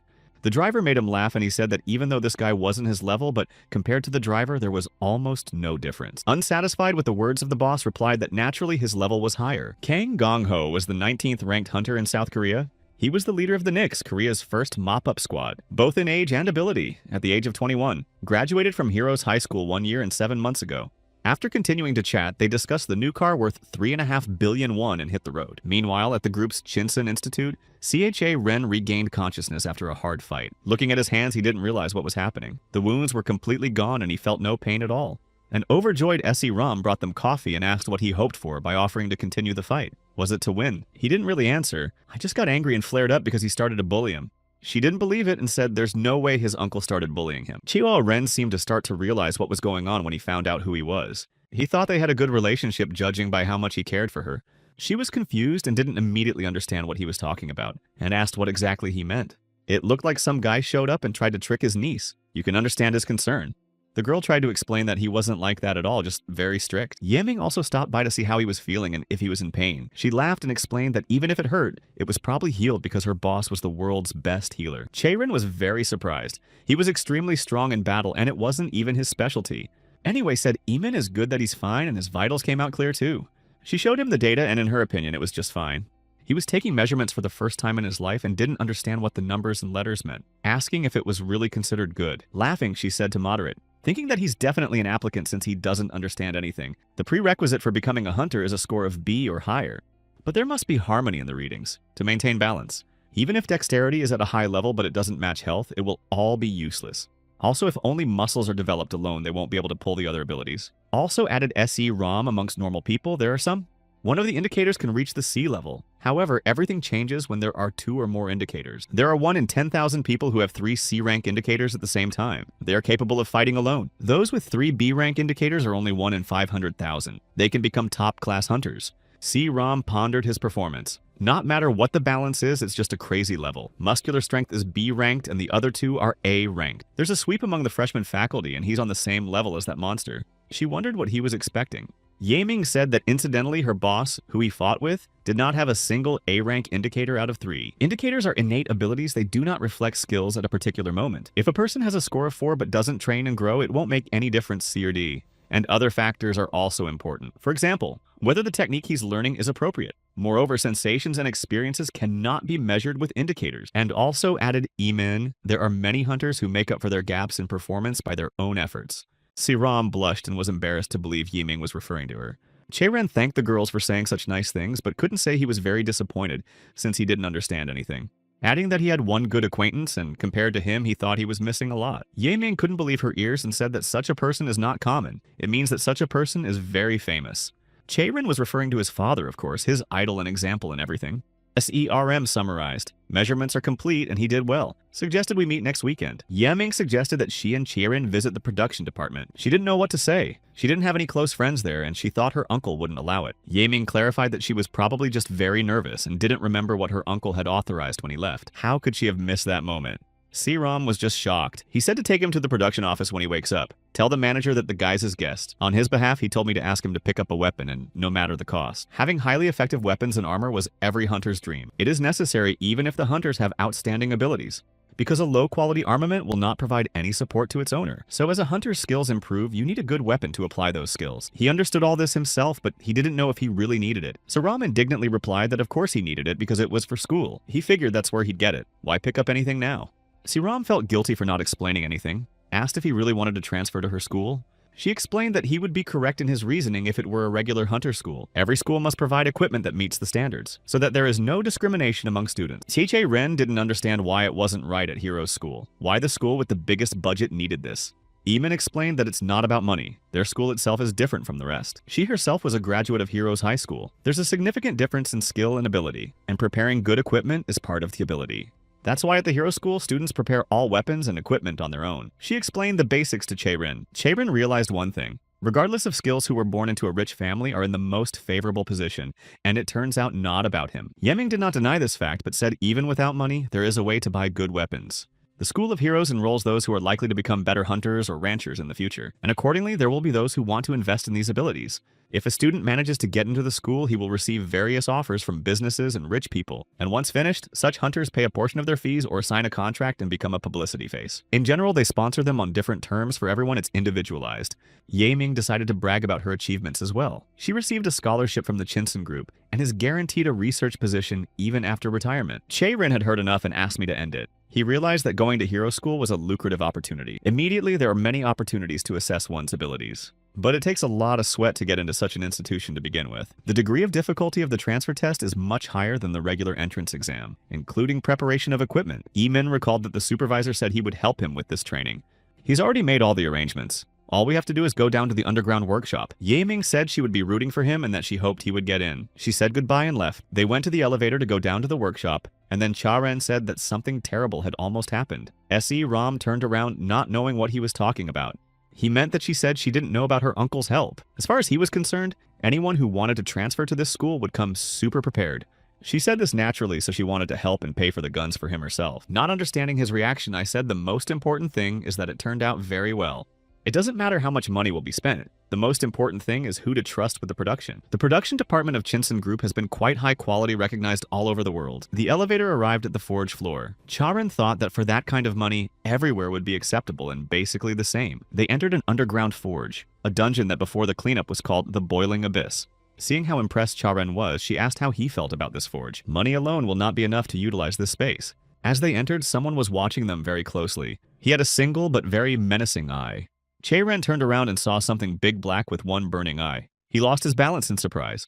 The creature thought he was being disturbed by Zig Eskerm and was very angry that he woke him up on the weekend and didn't come downstairs. It didn't take long for Che-Ren to react. He thought there was a monster and prepared to fight. But Se Ram blocked his way, seeing how determined he was, and told him it was the head of the production department. The department head turned out to be a monster. He smirked and said he was both to humans. Arjez the Thunderbolt, the senior titan. He received citizenship of the Republic of Korea in a simplified procedure. He asked who exactly the Zig had told him about. He pointed to Charena and asked if that was the little one in question, or his niece, adding that they hadn't seen each other in a while. She replied that they were supposed to send the measurements from upstairs. With a tired look, he said he didn't know anything about these human toys or the video data. It's all being handled by his employees, and they had the day off today. The frustrated girl sighed what to do and how to be now. RGS calmed the girl down and said it didn't matter. Since Zig told him to do it in person, he could check it out himself. Seeing the weapon in the sheath that hung on Charena's shoulder, he asked if it was the main weapon. On receiving an affirmative answer, he said fine and that he would try to catch it. They were at a complete loss as to what exactly he meant. He didn't know how it was considered by humans, but in his tribe it was a common procedure.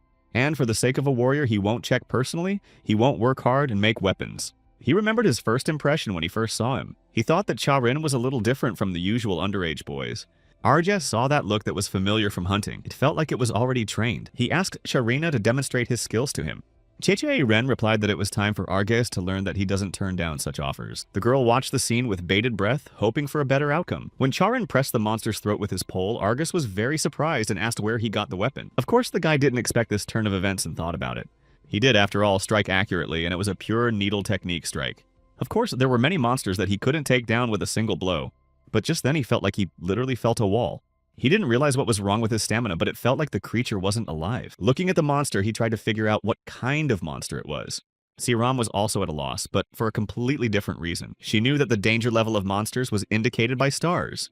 As an example, the flying mantis. It had a danger level of 1 star. If a monster had at least 1 star, it meant that it could kill a human. Even an ordinary middle-aged man with any weapon in his hands could deal with this.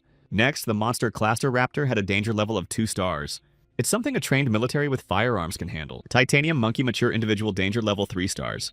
Here already required motorized infantry and the introduction of armored weapons. Democritus is a more serious monster with a danger level of 4 stars.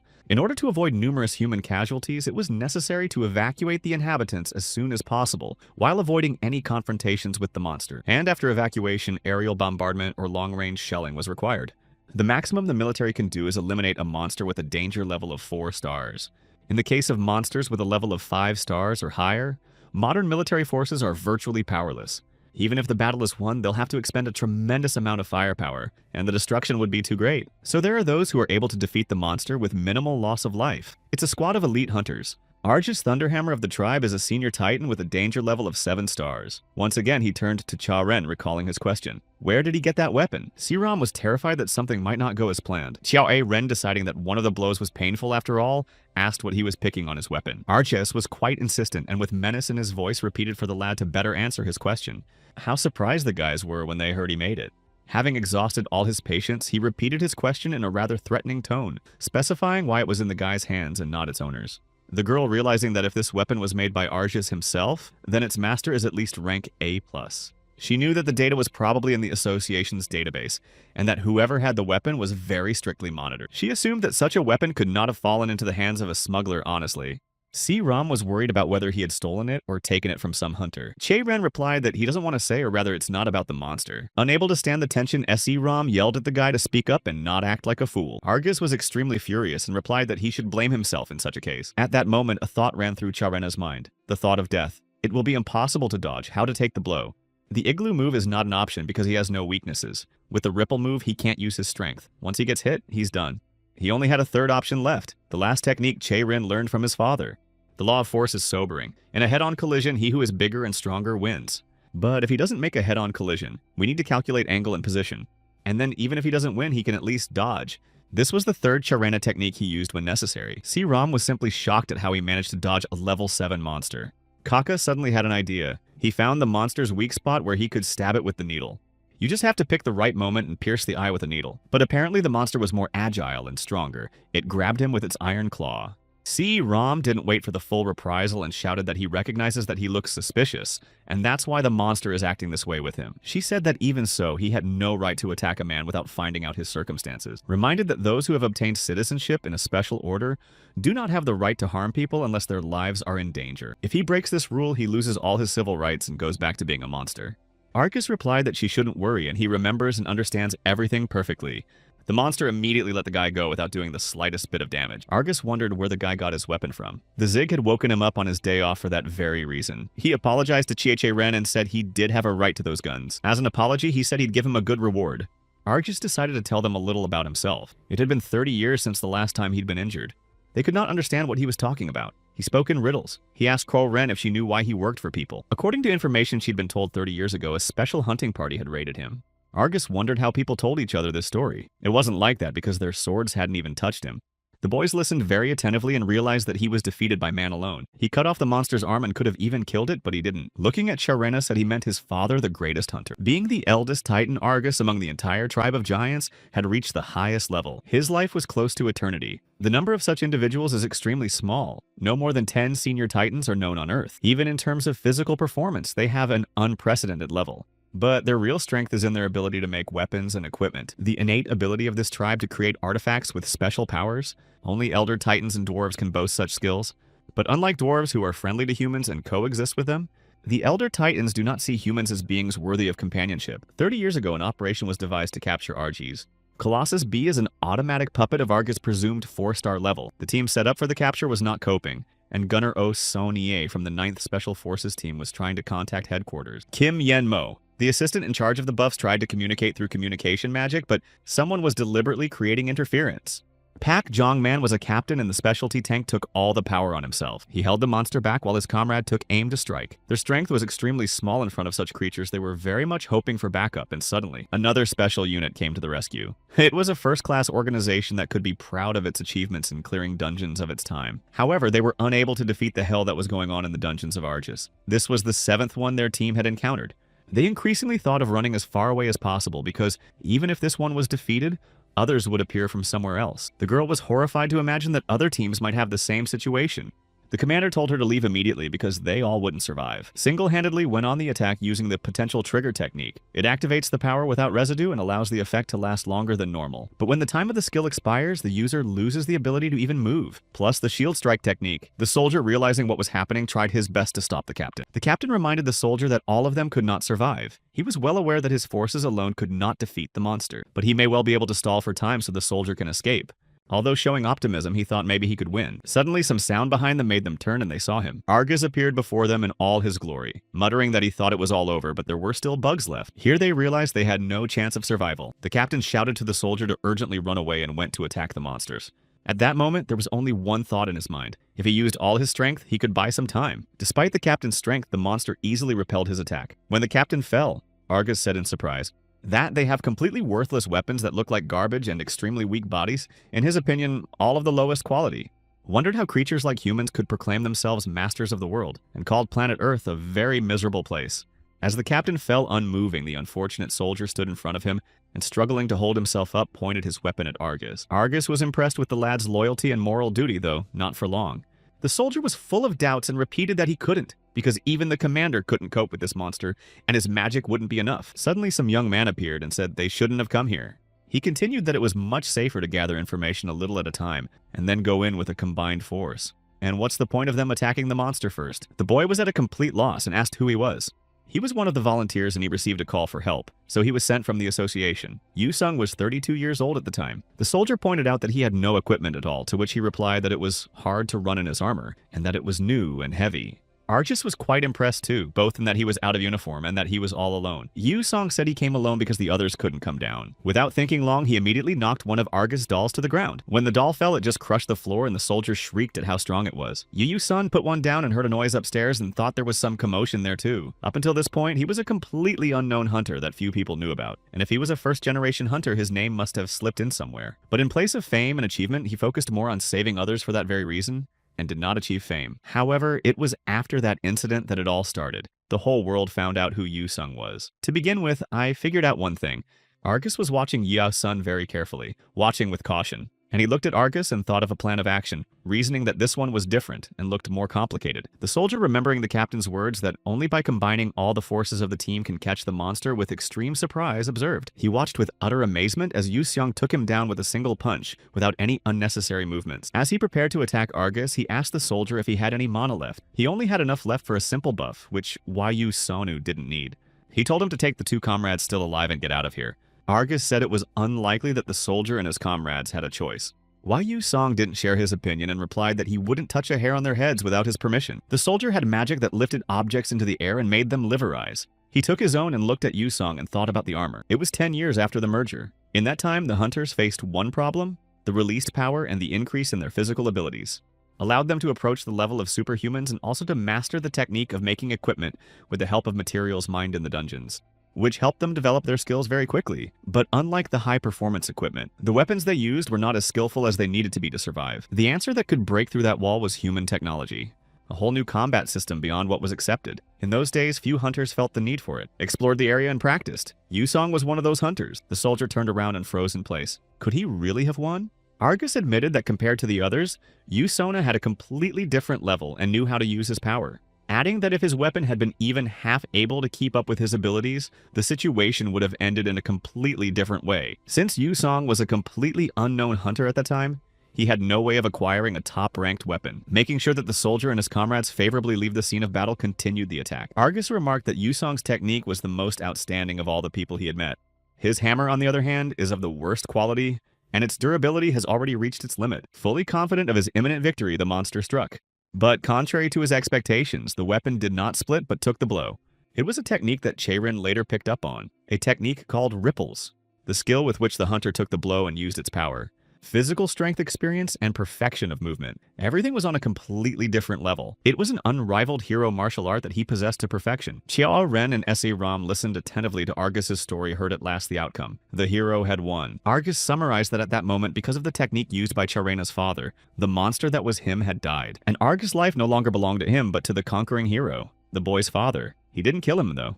In the end, the dungeon sweep that the special unit failed was declared his own victory. Many people were overjoyed, considering this victory a miracle. After that, something truly unexpected happened. The Elder Titan. This is a race of monsters considers the other races beneath themselves, so they will never be, to bow down before them, and one of them was Argus, who surrendered himself to the humans and asked for asylum. Siram recalled studying this great event. The whole world was stirred then.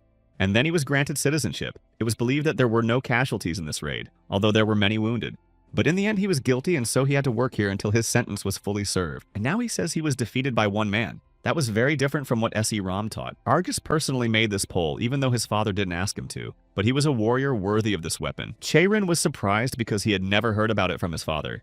As a kid, he thought it was just a sturdy pole with no special features, so that's why he didn't give it to the creditors. Yes, that's what it is, confirmed Argus with a grin. It's just a very hard stick that's good to twirl. See, Ram couldn't believe her ears. What creditors? What was the matter and what had happened? Argus asked Chaerin if he had ever wondered why his father used an empty pole. He had originally planned to give him the finished weapon, if he can get the material for the blade, but at some point, his connection was cut off and he couldn't come to him himself. So I had to send only the part that was already ready. He didn't know the details, so he decided there was no way to finish this weapon. Deciding that it's not bad in principle, he asked me to give him the pole. Argus offered to follow through, and the weapon would no longer be for his father, but for him. Returning to the elevators, S.E. Ram asked him how he was feeling. Chaerin replied that he was fine, The last grab was not too strong. As they left, Argus pondered how long it would take to make it. He wanted it done as quickly as possible. But you should not rush, as the masterpiece should reach perfection. The SE ROM, looking at their schedule, said that Wednesday would be a day off, and they could take that day to prepare for the written exam. At the same time, we could do a trial test. Charon was not busy and agreed. Suram decided to gently inquire about his father. She said that he seemed to be a remarkable man. She had no idea that this raid was thanks to him. Kei-Ren replied that he is now retired and undergoing treatment in the hospital. The boy said goodbye and wanted to go for a walk to think. Today he had received an incredible amount of new information, and he needed to think about it calmly. On her way home, SE Ram decided to read the information on the Argus case again. On her phone, she opened the case summary. It said, on the 23rd of August, the first raid of the special unit to clear the dungeon took place. The 5-man team was able to successfully clear the dungeon and take her Master Argus prisoner, and that's exactly what she's been studying. But if he's telling the truth, that makes those 5 hunters from the legendary task force taking credit for another hunter. It was hard to believe, but Argus had no reason to lie. Besides, if you remember the features that Cha-Ren showed, it is quite obvious that his father was a unique master. There used to be many cases like this. After all, there was no way to check what happened in the dungeon. Suddenly, she remembered an event. False Dragon Slayer Wyu Song, South Korea's best hunter with excellent skills. Most of the achievements that are recorded in history. It was forged and prescribed through threats. It must have been after Yu Sung was injured that everything became known. On the phone, she still read the text, with a note to the other in which Wyu Sun was recognized as the hero who single-handedly captured Argus. Sei Ram couldn't believe that he was Chi-Rin's father, and then she gets a notification from the school. Second semester midterm, the report card for the midterm exam. Hero High School, the teacher's lounge of the dungeon clearing department. Sho Si, a 27-year-old, was the classroom teacher of a class 1-2 magic tutor. She turned to Kanu's teacher. She apologized that he had to work weekends because of her. He replied that he still had to check the grading sheets of the freshmen. SRA was pleased with the results. It was better than she expected. It's about the work and the caliber of the students, not compared to when she was here. She laughingly asked him if he could have foreseen that the first place in the practical exam would go to a certain student. And the top 3 were impressive. When he saw who it was, he said this result was hard to foresee. Unexpectedly, all 3 were of mixed blood. C. Ram couldn't believe her eyes when she saw the top 3. Currently, there were 3 students in the first year who are called geniuses. First, Chhwedaw possesses swordsmanship skills inherited from his white-ranked hunter father, as well as the magical powers inherited from the elf's mother. The second apprentice, Anisha Eskrim, has magical skills that even a pureblood elf might envy. In the future, she will surely achieve great results and reach a high level. And the third genius student who won first place in the midterm exams, born from the union of a human and a dwarf. From the latter, he inherited strength and durability, and from man, flexibility and agility. He absorbed the strongest qualities of both races.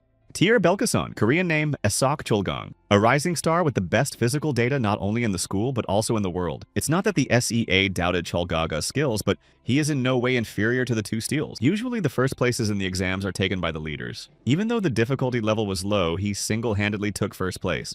Teacher ASD believed that loners have their own advantages and physical strength is not all of his strengths. The teacher said, to be honest, that's why she's worried. He's got what it takes to be a leader. However, he is not at all interested in any interaction with the other guys. Not only guys from the same department, but also from other departments are afraid of Cholgang. And in the second year, you can't do much on your own. It would be nice to have at least one friend to share your thoughts with, but he doesn't seem to be interested. The ASD teacher said that maybe she shouldn't worry so much. In his opinion, it's often the case that guys aren't what they appear to be. He thought that worrying about the students was good, but it would be better to believe in them. Sometimes it helps. 3 days later on Wednesday at 11:30, some guys were walking down the street talking about something. Suddenly, someone walked by and hit one of the guys. He couldn't hold the glass and dropped it. The guy got really pissed off and turned around with the intention of saying what he thought. But when he found out who had hurt him, he abruptly changed his mind and became very nervous. It was Cholgang. He apologized and said he accidentally hit it, but he was just walking and thinking. It seemed that the guys didn't even hear his words out of fright. Fearing for his life, he began to apologize himself. Finding him doused in his drink, the guys quickly fled the scene. Cholgang was upset and wondered why he was so unlucky. As it turned out, he was formidable on the outside and very sensitive on the inside. He missed his mom very much. As a child, he was a normal, cheerful boy and enjoyed any interaction with his mom. So Kei-Yu Bin was a Korean hunter working mainly in Europe and had an excellent reputation. She often told her son about her homeland, which she missed dearly. Therefore, Chol Gun felt sympathy for Korea from an early age. It's the atmosphere he grew up in plus his personal outstanding qualities allowed him to enter the School of Heroes on special grounds. If we're talking about the problems he had in school, it's that he's withdrawn. He was excited to talk to his classmates, but worried that he wasn't quite fluent in Korean, and worried that others would make fun of him for his pronunciation. The peculiarity of introvert, even if he knows a foreign language, it is still difficult for him to talk to foreigners. He blamed himself for his temper and indecision. It made him very anxious. That's how the first trimester went. Without expecting it, Chul Gong had acquired the image of a majestic wolf. His hobby was walking alone on the street on his day off. One day, he decided to go to a computer club to play, but he was worried that all the seats were already taken. Remembering my mom's words about going to karaoke or computer club with her friends, when you play games, it is delicious to order and eat something. He went in and tried to register, but not knowing how the machine works, it took him a long time. He looked around, watching the whispers behind him that he had no concept of time at all. He decided he couldn't make it, so he decided to go home, but he was just in the way. But as he was leaving, he heard someone talking to him. It was Chiche Ren. He said that this machine can only be charged and the registration is done in another. He offered to show me how to do it. They approached the right machine. Chiche Ren explained what to do. You don't have to fill in all the fields, just the ones with an asterisk and press ready. If the registration is finished, you can go back to the machine and get infected. Select the location again, log in, and that's it. Chi-A-Rin sat down to play and wished him a pleasant game. Chol Gang thanked him for his help. Chae-Rin thought to himself that this foreigner guy speaks Korean well, and it seems to be his first time at the computer club.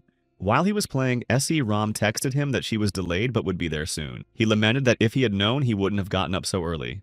Go to the black market. Try to sell this item. He didn't know what it was. It was in that box of royal jelly, and it looked inedible. Then he thought when he had time to check it out. Back then, selling celestial bee-related items was tantamount to suicide.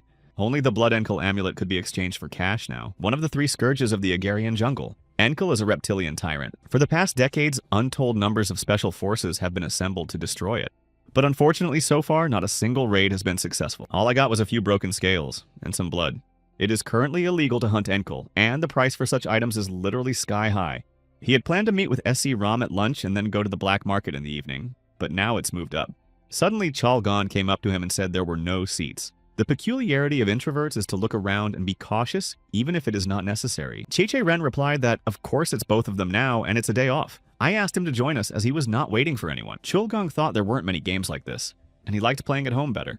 Chiche Ren suddenly saw that he was playing the same game as him, and the level was almost the same. Apologized for being interested in such things the first time we met. He just didn't have any friends who played the same game.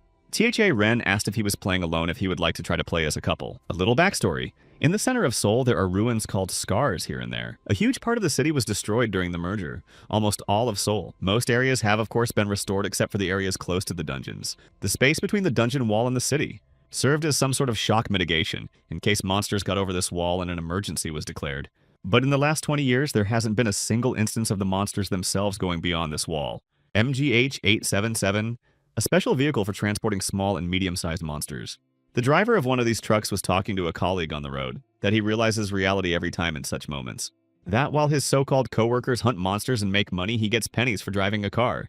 His colleague replied that if he didn't like something, he could always quit and go back into the service. A former gold-ranked hunter, retired at the age of 31 after an eyeball injury, asked what he came here for in the first place. Song Jung-woo is 22 years old, former bronze-ranked hunter, hands and feet intact. CHO Yen said he only has a license and no special ability to find a team. He knew he'd never get more than a job at the association. He just liked to grumble a lot. Suddenly, they felt something and thought the monster had gotten out of the rear compartment. But that was basically impossible. She went to see what was wrong and told him to call the center to warn them that they were stopping for an inspection. He started calling and said that the supervisor had ordered a stop and went to check it out. And he sat down to play on his phone, thinking that no matter what happens, the boss is there for her, so everything will be okay. Because if it wasn't for her injury, she would have made it to the ranker. When she returned to the car, he complimented her on her promptness. But she looked a little out of sorts. He knew it wasn't her anymore, but he was afraid to do anything about it. She was looking at the clipboard, wondering about the list of monsters in the trunk. He stared at her as if mesmerized and dared not even move. CHO Enor, already someone in her stead, loudly ordered him to push the pedal if he didn't want to die. The boys at the computer club at that time decided to have a snack. Chalgon liked the dish very much. Chae-Rin continued the conversation and said he didn't realize they were the same age because he was so tall, big, and muscular. Cha-Rin asked which school Cholgong went to. He was very embarrassed in response. Suddenly, their conversation and meal was interrupted by a noise. Everyone in the hall ran around shouting earthquake. He thought the sound that came from the street was like an explosion. Everyone went outside and started filming. There's no way the truck was going that way. Eyewitnesses said maybe the driver got drunk and got behind the wheel. Some people thought that they should report the incident instead of filming it, but everyone decided that someone else must have already reported it. In that car were THO Yen and Song Jong-woo. She must have done something to the driver on the road. She wanted to go to the center of Gangnam but was told to go back. She was on the phone with someone. She was warned that the hunters were coming soon. She was sure she wouldn't get caught, so she said she woke the guys up. The roof of the truck was damaged, and someone's claws came out of it. Someone's about to get out. Eyewitnesses who were watching the accident were stunned when they saw who got out of there. They were unicorn monsters. Cha-Ren had fought one of them earlier. Monster Horned Terror. The number of horns depends on the growth rate. The level of danger depends on the number of horns. Someone in the guise of CHOEN asked who bid on 50 people, and she wants to bid too, though she thinks 100 will probably die before rescue arrives. It didn't take long for the bloodthirsty monsters to rejoice. Che-Rin came to the rescue. He took one down with one punch, and he wasn't going to stop there. To the bystanders frozen in a daze of fear, he shouted to run away immediately. Uma thought he had met them somewhere else, recalling recent events.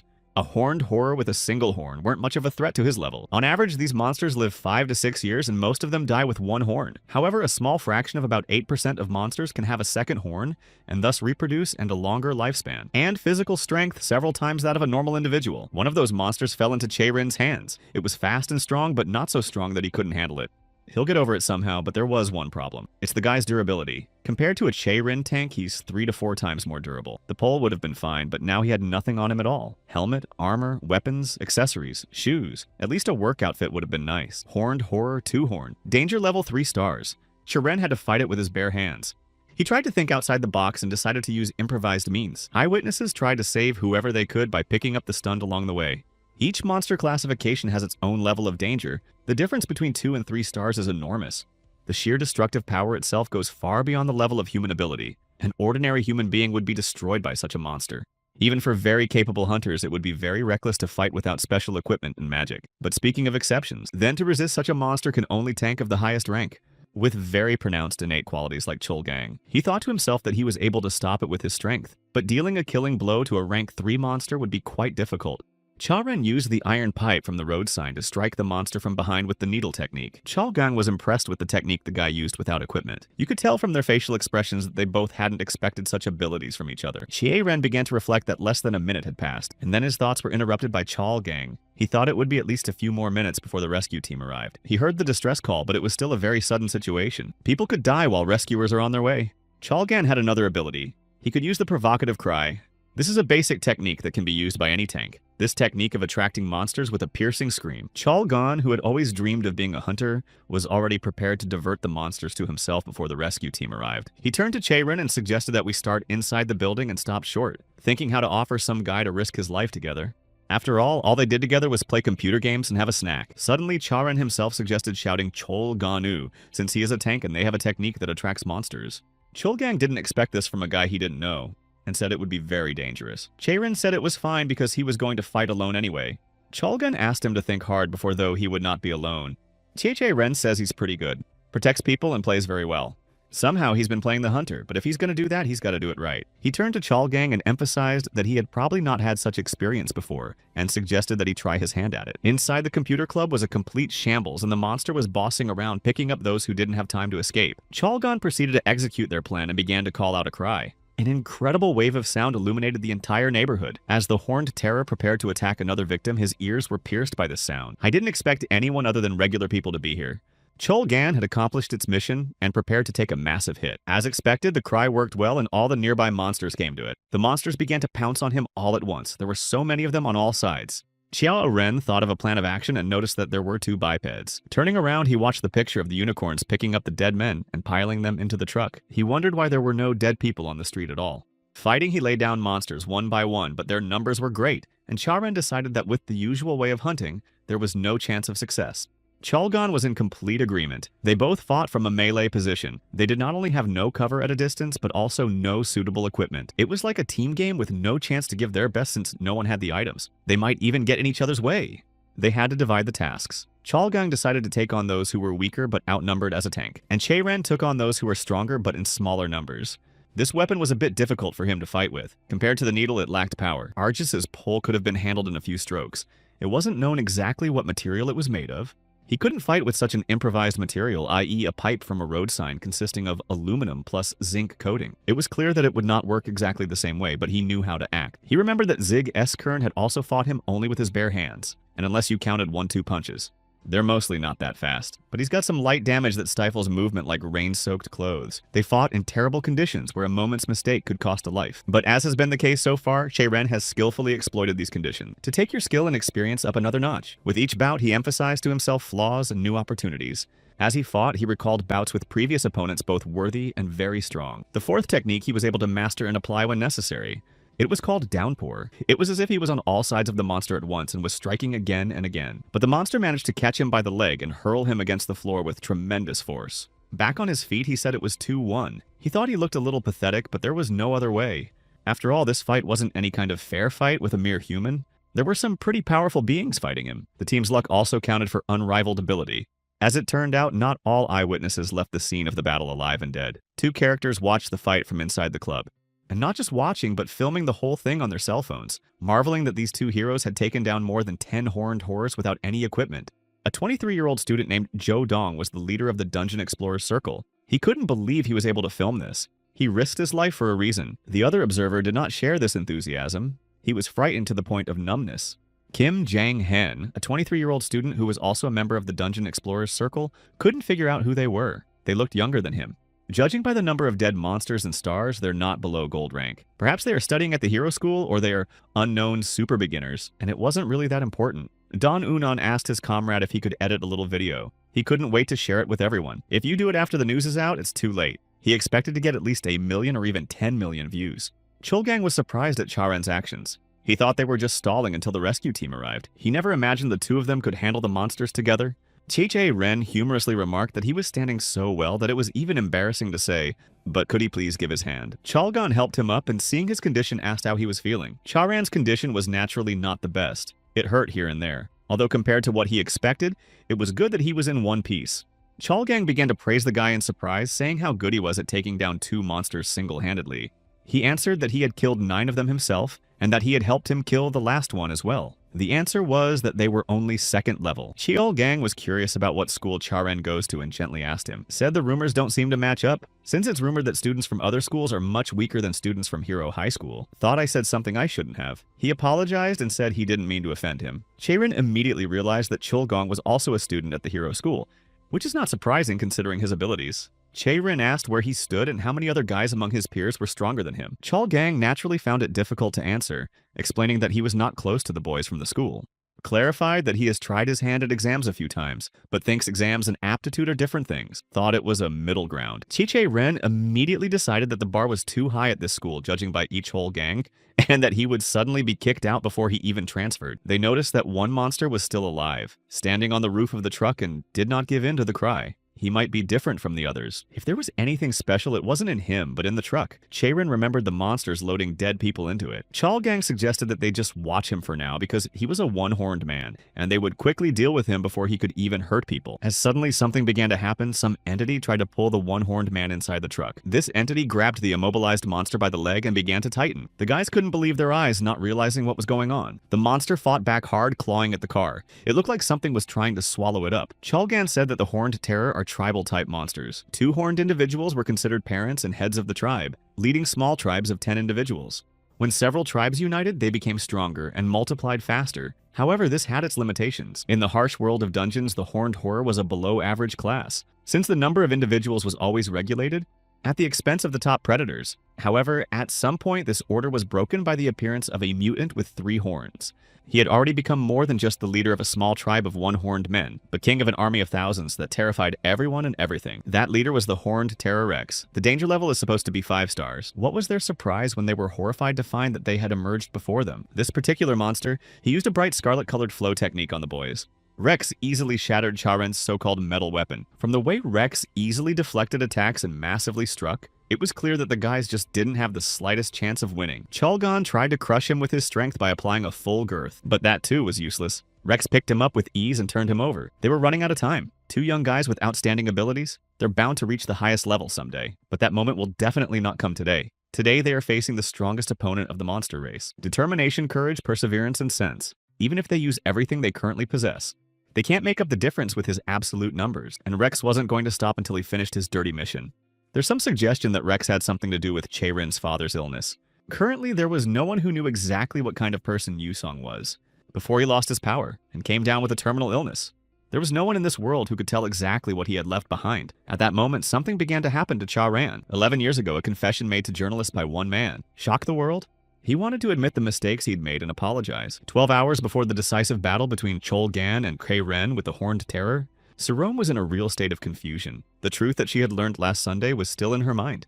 For 2 days, these recordings of past events tormented her. If Chae-Rin's father had really been wrongfully convicted, she could understand why. Because he had lost his power. Surely there was no one else who would take his place.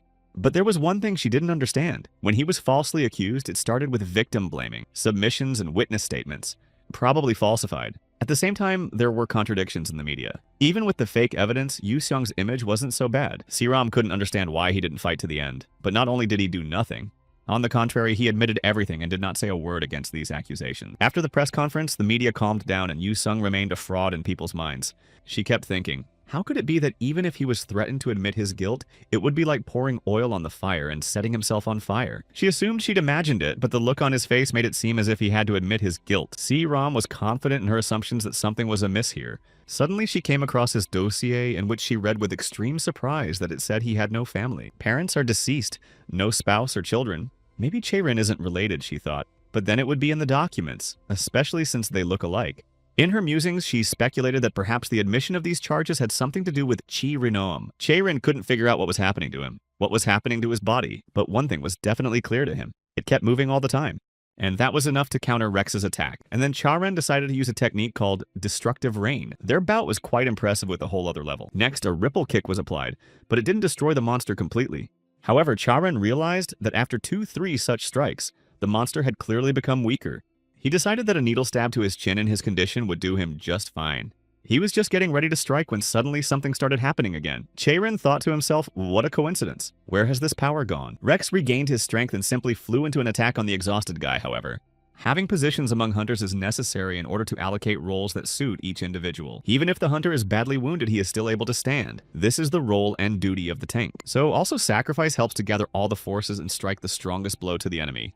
Chae-Rin used the needle technique. It's a close-range fighter's job.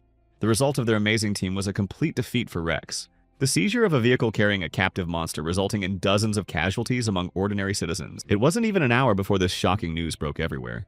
The guys were barely standing on their feet, backing each other up, and when they saw the help, they laughed at their timing.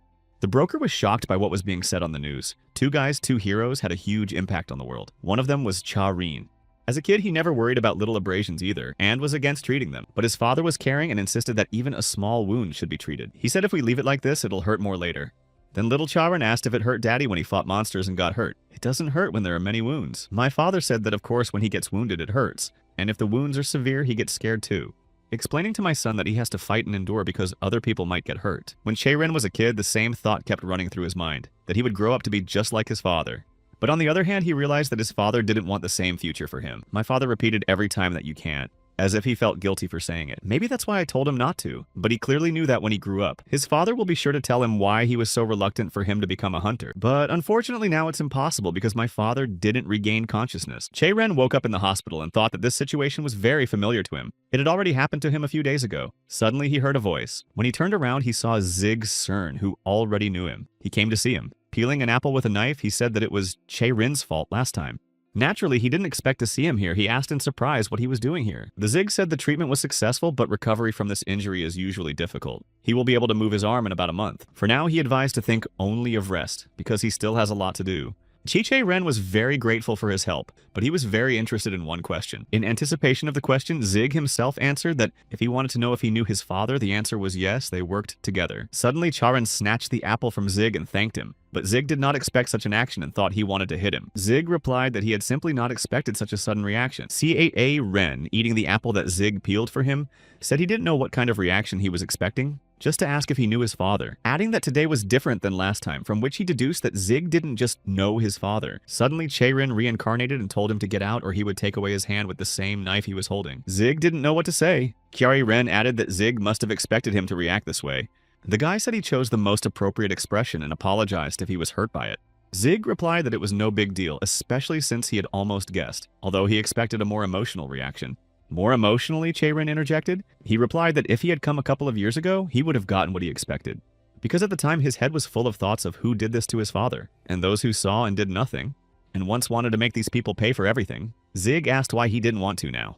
He couldn't say other thoughts now, just a shift in priorities. Whatever it was too much for him. He wasn't even up to Zig's level, and what could he do to hold them accountable?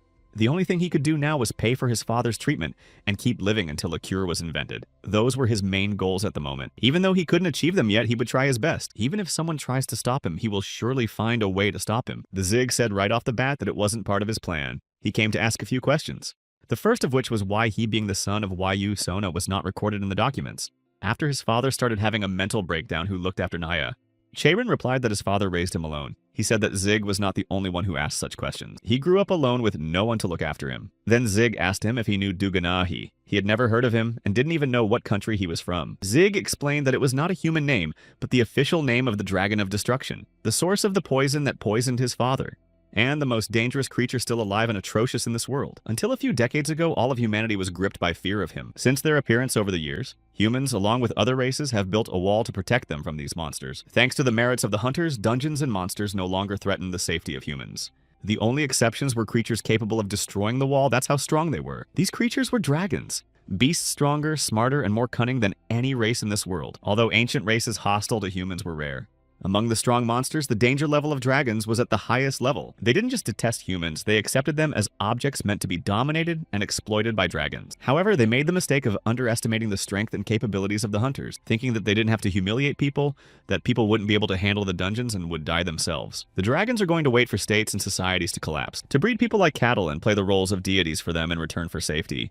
Shiche Ren thanked them for their futile plans. Zig answered correctly. After all, the hunters had stood their ground and learned how to mop up the dungeons. When the plan failed, the dragons decided to intervene personally, intimidating the humans with their unprecedented power. That's when Che Rin's father showed up, the hunter who proved that dragons can be defeated with the right strategy and the strength to implement it. Thanks to him, dragon hunting was successful all over the world. That's when the changes began. Che Rin knew that already. Then the dragons hid deep in the dungeons. Not exactly the Zig's answer, they just changed their tactics. They're very cunning, and they can take on the appearance of any race. The dragons realized that they could not defeat humans by force alone, so they began to change their appearance and dissolve into society. It was a secret, but Zig told him because he was Yu Song's son, and also because you're going to be a hunter. Duganahi is the dragon leader that Yu Sung chased until his illness took him down. We need to catch him so we can make a cure for his father. If he is willing to do this, he must become stronger and rise to the top as a hunter. The Zig has promised to give him a chance to punish Duganahi. Zig gave him his card and told him if he didn't believe him or couldn't make up his mind, then he should live as if he had heard nothing or forgotten everything. Those words only made Che Rin more excited. If it's true, even if the participation threatens him with death, he won't give up. Zig knew it wasn't up to him at this point because he said he had to level up first to get that right. Dragons are extremely cunning and hide quite far away. They have many faces that they carefully hide, waiting for their time to come. Even if they manage to uncover the evidence and make it public, it won't make sense until they personally destroy it. Once they're exposed, they'll just hide somewhere else. All that will remain is terror and lasting distrust in the hearts of all people. Therefore, it is imperative to get rid of them quickly, secretly, and dramatically. We can't leave them any chance of escape or resistance, with a single blow to the weakest point. To catch Duganachi, the Zig began training a special team several years ago. They are all very reliable hunters and are capable of taking down a dragon. If Cha Reina's skills aren't enough to fight them shoulder to shoulder, no matter how much he wants to, he won't have a place on the team, when at least one member of the team is eliminated from the dragon capture plan. This not only means the failure of such a plan, but also puts the entire team in danger. Che Ren didn't realize how much time he had to prepare since they couldn't wait for him alone. Duganaha's identity has not yet been determined. The Zig anticipated about 2 years, but the sooner the better. Che Ren should have realized that they wouldn't consider his circumstances if everything was ready. When Zig left, he said he didn't care what Che Ren thought of him. If he didn't believe him, they might not see each other again. However, he could promise one thing. Whether Charon joins their team or not, he will surely ruin Duganahi. As he washed his face to regain consciousness, he thought about what it meant that there was a way to cure his father. He was shocked by this sudden and surprising news. He had strong doubts. Perhaps it was anxiety or fear that he would not be able to take part in the revenge, although that wasn't the final answer either. He had decided he was going to be on this team. No matter what happened, he felt joy. He finally got a chance to grab an opportunity he never had before. It was quite possibly the first time in his life that he had felt such a strong desire that filled his heart to the brim. Suddenly, a girl came into his room to ask how he was feeling. I asked him if he had any pain in his arm or anything else. He wasn't really bothered by anything, just a little soreness in his muscles. All details should be given by the attending physician. Muscle discomfort will only occur at first. So they reassembled the arm, you might say. When the ambulance arrived, the arm was in a very serious condition. It would have had to be amputated, but during the operation, a high-ranking healer joined them and reassembled his arm. Ren asked the girl what happened to the guy who was brought in with him. She said the other patient was discharged the same day. He had a pretty good recovery rate. He wondered how long he'd been here since Chulgong had been discharged earlier. The girl really wanted to take a picture with him and asked for permission. Ren was surprised but did not resist and took a joint photo with the girl. Not realizing what was going on, he asked when he could check out. The girl was immensely happy to get the photo. He can be discharged, but I warned him he'd better go out the emergency exit. There are a lot of reporters at the hospital today and they are waiting at the main entrance. They want to interview him. Ren was quite surprised. Why would reporters want to interview him? The girl realized he didn't know anything yet. She showed him the video from her phone. The boys who watched the fight still posted the video on the internet. The girl believed that if it weren't for the two of them, there would have been several 100,000 victims. Everyone was just going crazy trying to find out who they were and where they came from. She was holding a small bag that had been given to him by a friend, with the words, "If he doesn't want to glow, use this and go out the back of the building." He naturally thought of Chin Si Rom. Maybe it's an outfit with invisibility magic. After all, rich people have very different capabilities. But the contents were pretty basic. When he saw the contents of the bag, he was a little shocked. Climbing rope is cheap and strong. He turned his gaze to the open window. RN threw off the rope and climbed down the rope with some difficulty. The girl shouted that he didn't have to worry about the photos, they were for her personal archive, but still asked when he becomes a famous hunter to post it on Instagram. Ren gave the girl a friendly wave and thanked her for her help. By then a car was coming to take him away. It was S.E. Rom's car. She decided to help him hide from prying eyes. Ren wasn't happy with the escape plan she came up with. Couldn't think of anything other than rope. She was outraged at the guy's ungrateful behavior and asked if it might have been better to reveal his identity. There was another bag in the car. There were clothes and shoes for him. She didn't know the size, so she took it by eye. She also bought a smartphone for him, as his smartphone was probably broken. Such concern on the part of S.E. Rom quite moved him to tears. While they were driving, she decided to inquire, but she had so many questions she didn't even know where to start. She was quite surprised that these events had happened right where he was, and that it was the same monster that was there. Ren realized that by that monster, she meant the Horned Terror. Answering that life is a chain of events, asked where they were going. He'd really like to get some rest, but S.E. Rom said it would be nice, of course, but they only have time today. She had made arrangements, and today was the day to take measurements for the tailoring of the hunter's suit. The world's best top-tier atelier had decided to make him a suit of armor. There are 3 types of suits depending on the qualities of the hunter. The first one is fabric, i.e. sewn from material. The physical defensive ability of which is at its lowest level, but with the help of various techniques, it is easiest to endow the cloth with magical protective properties. Most often such are used by healers and magicians. The second kind is metal. These suits are pretty tough to say the least. But the problem is their heaviness. It is difficult to handle strong and high-quality metal unless you have outstanding physical and health capabilities, and somewhere in the middle is the skin, she noticed. Not too heavy and strong enough.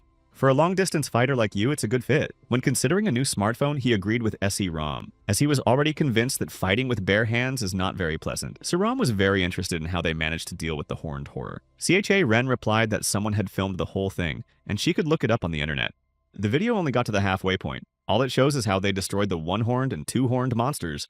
And there's no fight scene with a 5-star. He was surprised as a 5-star. He didn't know it at the time, he only felt that he was unusually strong. Even if he or Kroll Gan were fully prepared to battle him, they still wouldn't be able to defeat him. Thinking back on recent events, he wondered where he had gotten this new power from. Rom didn't understand why he didn't tell her how they caught him. Ren himself didn't fully understand everything and said it just happened. She didn't believe him. Such a dangerous monster could only be taken down by professional hunters with full training as part of an entire squad. He didn't look like he was lying, though. Still, there were doubts that the two of them could handle it together. Ren, meanwhile, was admiring the gift. Anyway, he's got to be careful now. Reporters won't let him live his life in peace. She made a point, and not just the reporters. I guess he didn't realize that he and Chol Gan were both in trouble. And by the way, the other guy has already been fully revealed. In the last 3 days, he has already been offered more than one interview, and even participation in the program. He didn't say a word about Ren, by the way. The reporters asked him to give at least his name, but he said he couldn't say anything without consent. Ren remembered what he asked Cholgong to do when it was over. He asked not to say what happened and what he did. He didn't want others to recognize his face and his name. Cholgong made a promise. Burning with jealousy. Rom really didn't like the boys being friends. He couldn't let anything happen until he passed the school exam. Ren wondered why it was before the exam. S.E. Rom inquired about the exam and found out that it would be harder than she thought. If you look at the level of competition over the last 5 years, the odds are 100 to 1, and that's only when there are enrollees. It's customary to be intimidated by numbers on admission. In any case, they were weaker than he was. I mean, somehow she got in. Rom calmed down and agreed that he didn't say anything new, and he's the best no argument. But if you look at it differently, will those who have no ability pass such a difficult exam by their own efforts alone? Of course it was Ren. Or did she mean that they would be grouped together for the exam? That's exactly what she meant. Over the past few years, most of the people who'd entered their school had come from a family of hunters. Naturally, their parents knew each other, so they agree in advance which team their offspring will be on. Members of such groups among enrollees, especially in the last 5 years, are 100%. If you tell everyone he's the guy on the news, he'll be a target and a major competitor. Their school doesn't provide such a thing, but it would be better to enter on special grounds for merit in destroying monsters. CHA Ren believed that if this is the way most people do things and not all, then there is someone who did it himself. He believed that he would definitely break through and get in. Siram was glad that he was so determined, but she felt that something had changed in him. Che Rin, meanwhile, was looking for a place to change. Siram said she'd go first and wait for him after she changed. There was a girl receptionist sitting at the front desk, and Essie Ram went to inform them of their arrival. Something went wrong and the meeting did not take place. The president of the company was absent and could not receive them. C-Rom was furious because the meeting was canceled and not even rescheduled, because it is very hard to get to them, and there was no other time. The secretary explained that she would be compensated, but S.E.Rom was not interested because in 2 months, she would be taking the exams for the School of Heroes. All the commotion and loud outrages were taking place not far from the principal's office. Someone behind the door was listening and peeking through the glass in the door. He remembered that he had seen this person somewhere, but he could not remember the name. Recently, hunters say that young people have become very different lately, even if not exactly now, but the hunters who came later. Always in better conditions than their predecessors. They had tactics for attacking monsters that the first wave hunters had developed at their own peril, as well as more advanced equipment and technology. However, the youth of today were those who were born in good conditions. The surviving pioneer hunters started families and gave their children everything they had. It was not only about ability, but also about the education they received from childhood. If anyone asks about the top of such a blessed generation, S.E. Rom suddenly saw the one who was in the director's office. The girl came out saying that the name isn't important. The most important thing is to be a first-year student in this school. Han Ga Yuen is 18 years old. She was president of the student council at Heroes High School. Asked S.E. Rom if she knew her. C. Rom obviously recognized her and was speechless. G.A.U.N. said that the director of the firm was her uncle. She had an emergency, so she asked him for help and he had to leave. But she could understand S.E. Rom's frustration over the canceled meeting, so she came up with a brilliant idea. She suggested that the meeting was canceled not because of her, but that S.E. Rom simply gave up her time. Allegedly, she just relented, for which UNGA is very grateful to her. She didn't like that option, but on the other hand, she knew what it meant to be president of the student council of the School of Heroes, and also what a nasty and obnoxious character GAUNH possessed. Che-Rin came to S.E. Rom's rescue, heard the conversation, and said that this Sanbi from her school showed up, and said that there was an urgent matter that couldn't be helped. She smiled sweetly at the guy and only wanted to say thank you as he interrupted her, and very rudely told her to stop scheming here and leave them alone. The unfortunate girl secretary, hearing what words were being said to the president's niece, was simply dumbfounded. The boorish and masculine GAUN was quite curious about who he was and how dare he talk to her like that. CRO tried to explain who he was, but she gagged her and did something to her. She felt something inside her like she had been stabbed. There was no visible wound, but she could clearly feel the painful sensation. GAUN spoke very arrogantly to S.E. Rom, explaining that she had not been asked. She was told to sit quietly and be silent. Che-Rin decided to introduce himself and said he was 17 years old with type A blood. Resident Seoul, Gwanak District, Bongchon Street. Height 180, weight he doesn't know, hasn't weighed himself for a long time. Favorite food is fried rice with sausages. He clarified that that was it, but forgot to add that he was currently preparing to transfer to the Hero High School. He was a little disappointed that some high school trash ended up at this school, which is hazing like the army and behaving very inappropriately. Outraged by Che-Rin's insolence, she did the same trick she did to S.E. Rom. GAUN said she's sorry she doesn't particularly dislike people throwing harsh words around, although it only applied to the one who was entitled to it, not everyone around him. She didn't understand how someone like him could be prepared for transfer. In her opinion, he was some defective product completely substandard. Che-Rin countered that he was just trying out what he'd learned from her, whether she liked it or not. Not expecting such a repulse, she decided not to hold back any longer and only prepared as. She heard her name. Suddenly, her uncle came in and looked at her with a puzzled expression. Han Sungwoo is 42 years old, a former hunter and currently an armor designer. Turns out he was in his office. She made it look like he was absent on purpose. He was working quietly and she came in and started making trouble. While he was on his cell phone, she dared to answer an internal call. It hadn't even been a week since she'd been there. Asked if she wanted to see her dad turn the place upside down. He apologized to his customers and said his niece was used to doing whatever she wanted. Siram felt uncomfortable and said there was no need for an apology. I thought to myself that if this whole situation was due to the stubbornness of the student council director, they could easily solve the problem. Seeing him reprimanding her, realized she adhered to strict superiority if in front of her, someone who didn't possess such, she wouldn't even talk. Che-Rin took S.E. Rom aside and asked her what she was doing at their school because she didn't look like a simple San B. C. Rom explained to student council president what it means to be the strongest student in the school. Every student in a specialized school receives a temporary license, rank source stone, can enter the dungeon with an association license plus an escort, professional hunter's license. With this license, students have an opportunity outside of school hours. An escort to gain experience in preparation for professional activities and raids of low level of complexity. However, there are exceptions. Heroes High School Student Council. Within the school, groups are formed of students with exceptional grades, who are recognized as an unofficial sweep team. They are given the right to independently control and express their opinion on the board of directors. They can also team up with professional teams to participate in raids on monsters above 5 stars. Therefore, the student council is considered an unofficial team of professionals among hunters. The members of this team of professionals are called future rankers. CHA Ren clarified that means she's in her 3rd year, which is 2 years apart from them, and already student council president. According to the rules, that's the way it should be, but Songbei was a sophomore. When Jae-rin heard that, he thought she was a sophomore. She took the presidency away from the man who held it before her. CHA Ren did not understand how a school could take away someone's position. CE Ram reiterated that she favors prioritizing skills and therefore only the stronger can put her in her place. You can become a member of the student council as early as the 1st trimester of your sophomore year. As soon as the UNGA, that is Sonbei, moved to the 2nd trimester of her sophomore year, she joined and immediately drew her blade, wanting to challenge all the higher-ups to a fight.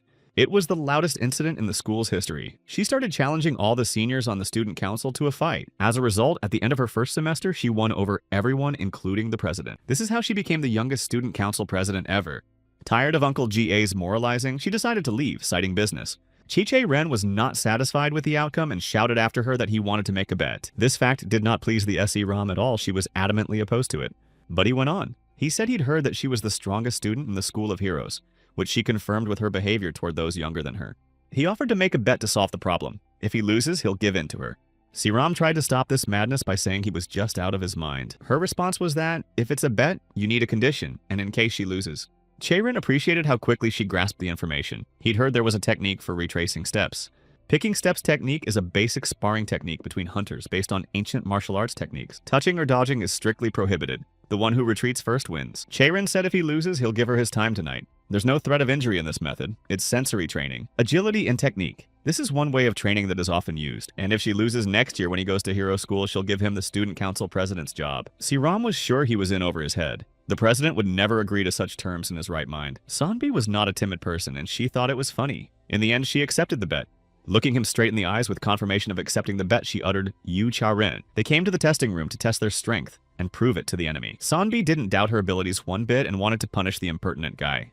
Chi-Che Ren was also pretty cocky and wanted to punish the proud bully. S.R.E. Ram tried to talk him out of it until the last minute, reasoning that the president is a reasonable man and it is enough to apologize.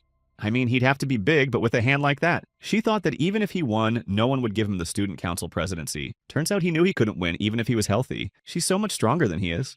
That's when S.E. Ram became enraged, how initially assuming he would lose the argument he decided to. This is a waste of time. He knew S.E. Ram didn't understand how or why he was doing it, but he just asked her to trust him. All he said was that it would be a good exchange. C. Ram broke her head trying to figure out what he wants to accomplish in this doomed-to-lose battle. Maybe he was going to lose on purpose, but it's unlikely he'd humiliate himself like that. Uncle kept trying to understand how the person who heads the student council is unable to show tolerance and immediately reacts acutely to any word. He bowed and once again apologized to S.E. Ram for taking the time to come here, but she replied that he had nothing to apologize for in such a situation. She said that her friend was being stubborn for no reason and that's why it all led to this result. He's being stubborn for no reason. He said he didn't know her companion, but he felt he definitely had a purpose. Sanbei said it's already clear, but will say out loud that she too will only use one hand to keep things fair. Che Ren didn't care because if she's preparing to lose, he understands. They began to fight, but without much gusto or animosity. When S.E. Ram and Han Sung Woo watched them, they were extremely surprised at what was happening, and there were two reasons for that. They both didn't tense up a bit and moved very fast. S.E. Ram didn't even notice when Jie Yun launched a kick. The power of the attack and the speed were impressive. Picking steps is training for a defensive reaction. In order to touch your opponent, you must make sure that he does not touch you. There was no hesitation or fear in Hanga Yuan's movements, only the urge to attack, and her excessive arrogance was accompanied by speed alone. How fast in such a posture of movement as if between blows in Charena's place, S.E. Ram would not have been able to react even to the first blow.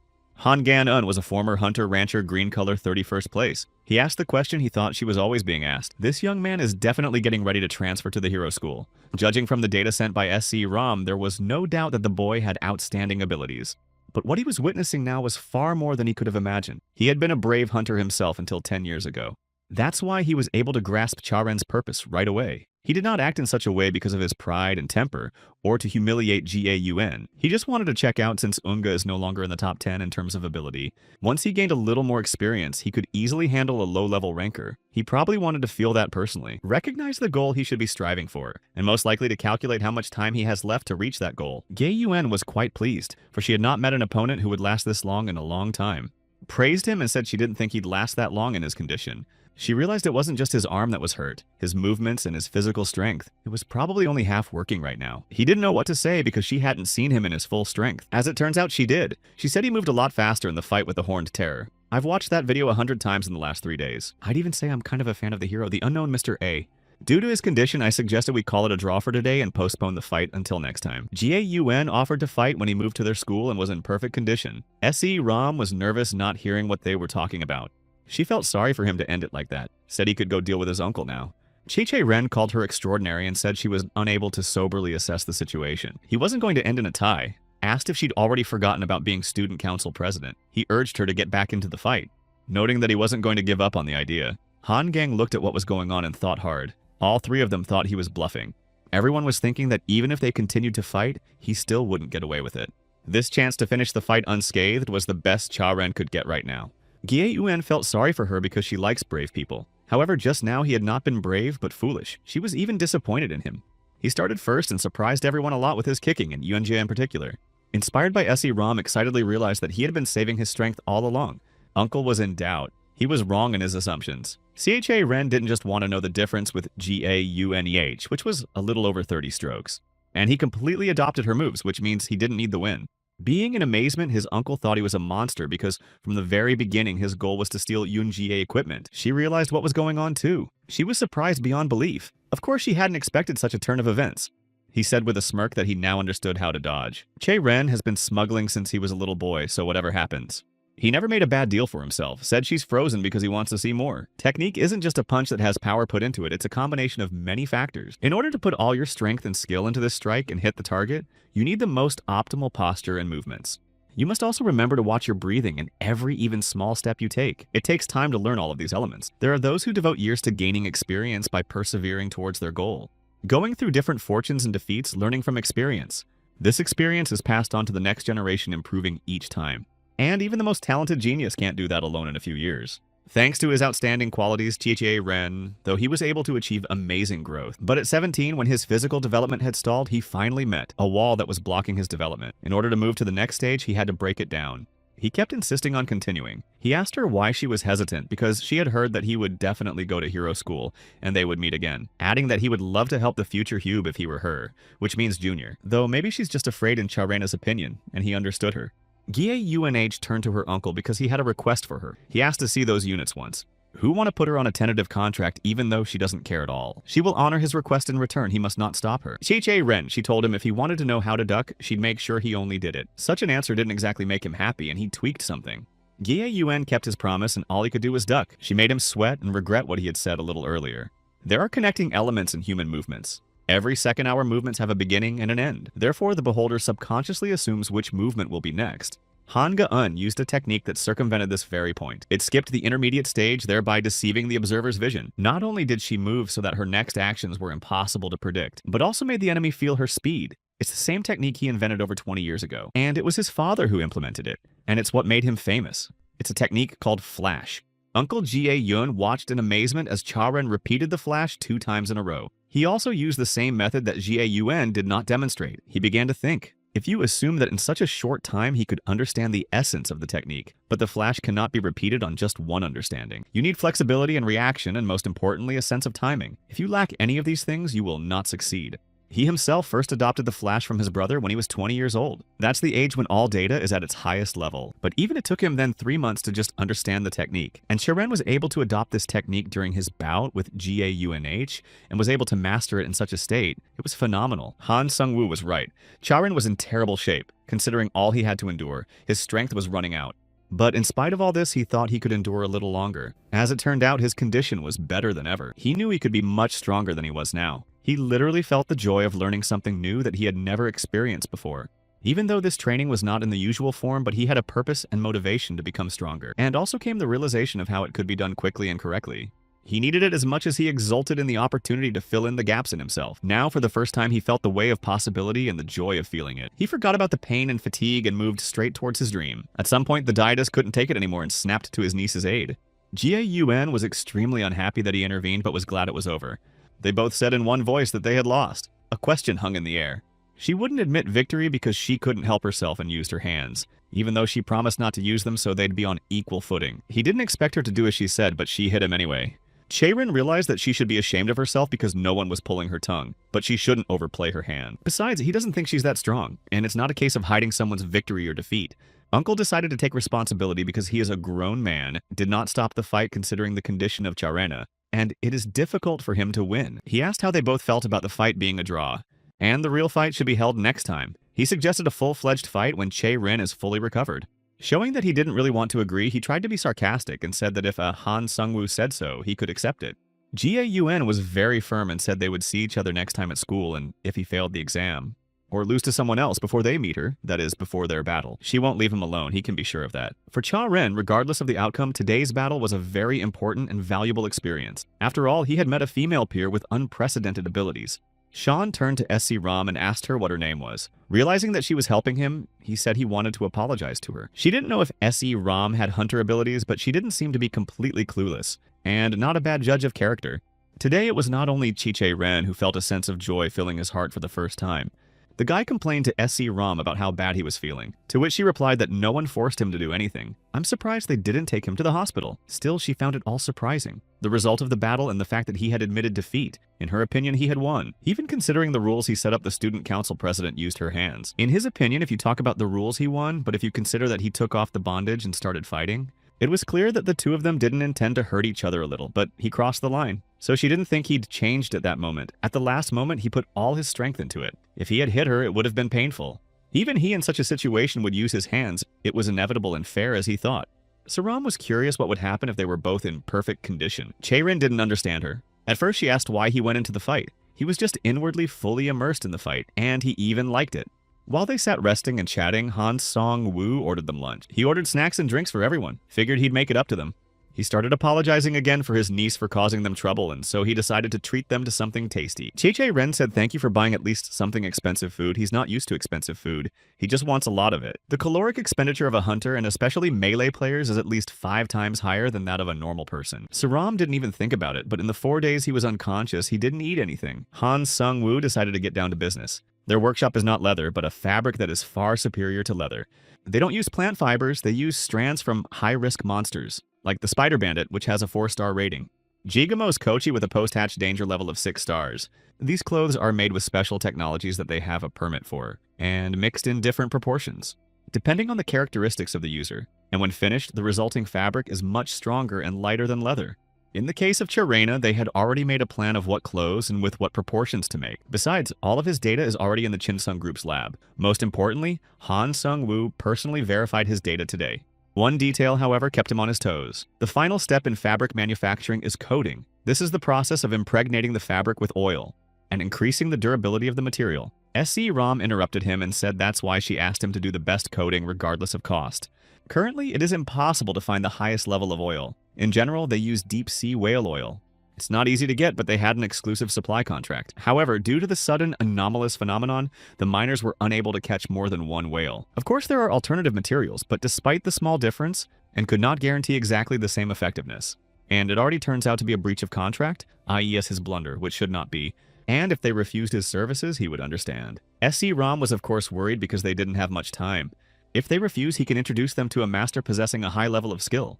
He produces armor using standard techniques, naturally all the costs of production he will bear. Chaerena replied that it didn't matter to him and if it made almost no difference. Besides, he had never used any expensive equipment. And most importantly, he wanted to wear the clothes that Han Sung-woo would make. Chaerin speculated that he was the same teacher who taught Gaun the fighting techniques.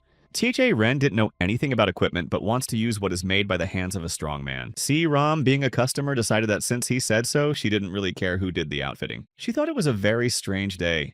Han Sung-woo bowed in response to the praise and said that he had not been a hunter for over 10 years. He was embarrassed to hear such words. The director promised that he would produce a product of the highest quality and would definitely justify the trust. After that, Han Sung-woo began to regret more and more what had happened last week. It was the big hunt he had been waiting for. He was hoping to get some of the materials he'd been wanting to try for a long time. Suddenly, he asked if they had heard of sky wasps. S.E. Rom thought of the royal jelly. She had heard that it was a valuable trophy. The director said right, it's the most famous. But there's another material that armor makers among themselves call fantastic. It's black beeswax. Beeswax is black in color, which is produced by the celestial wasps. If the royal jelly feeds the uterus. The black wax protects the adult queen. Even among wasps, there are a small number who are able to produce this material, which they use to lubricate the uterine body. If these waxes could be coated on the material, it would be a first-class product. Chae-ren had a picture, but his phone crashed and he sketched a picture on his new phone. Han Sung-woo even jumped up from his chair as he was surprised. Since Chae-ren had a picture, he must have seen the sky wasp in person. Of course, he couldn't say he stole it and smuggled it out. Then he came up with the idea of saying he saw the thing at S.E. Rom's house. Rich people are different from ordinary people in what they don't have. H.E. Ren decided to contact the broker and arrange a meeting with him. He was visiting his father. The broker didn't have much to do today, just wanted to check in before Chae-ren came. They agreed to meet in about an hour. The broker suggested a snack. Chae-ren replied that fed N if he wanted to, he could keep company. The broker saw the door to the ward open and told Chae-ren he had to go. The man with whom the broker had arranged the meeting entered the room. It was Zeke Ezerm. Zig said hello and said they hadn't seen each other in a while, and the broker offered to leave the chamber. There was no noise because Chae-ren's father had just taken a sedative and fell asleep. Zik Eskerm is currently ranked 7th in South Korea as a former Venus Squad healer. 11 years ago, the so-called legendary one-man cleanup squad was disbanded, and now the two who once called each other comrades have met again, and there was no joy in the meeting for either of them. The broker started sarcastic that he was so happy to see Zik's face after 10 years. The broker's name was Im Jae-hwan, and he was a former hunter. He was formerly ranked 5th in the South Korean rankings and was the main fighter of the Venus Squad. Zeke asked him to be quiet and follow him. C. Rom, meanwhile, remembered that black wax was probably in that chest, asked her to warn her about such things in the future.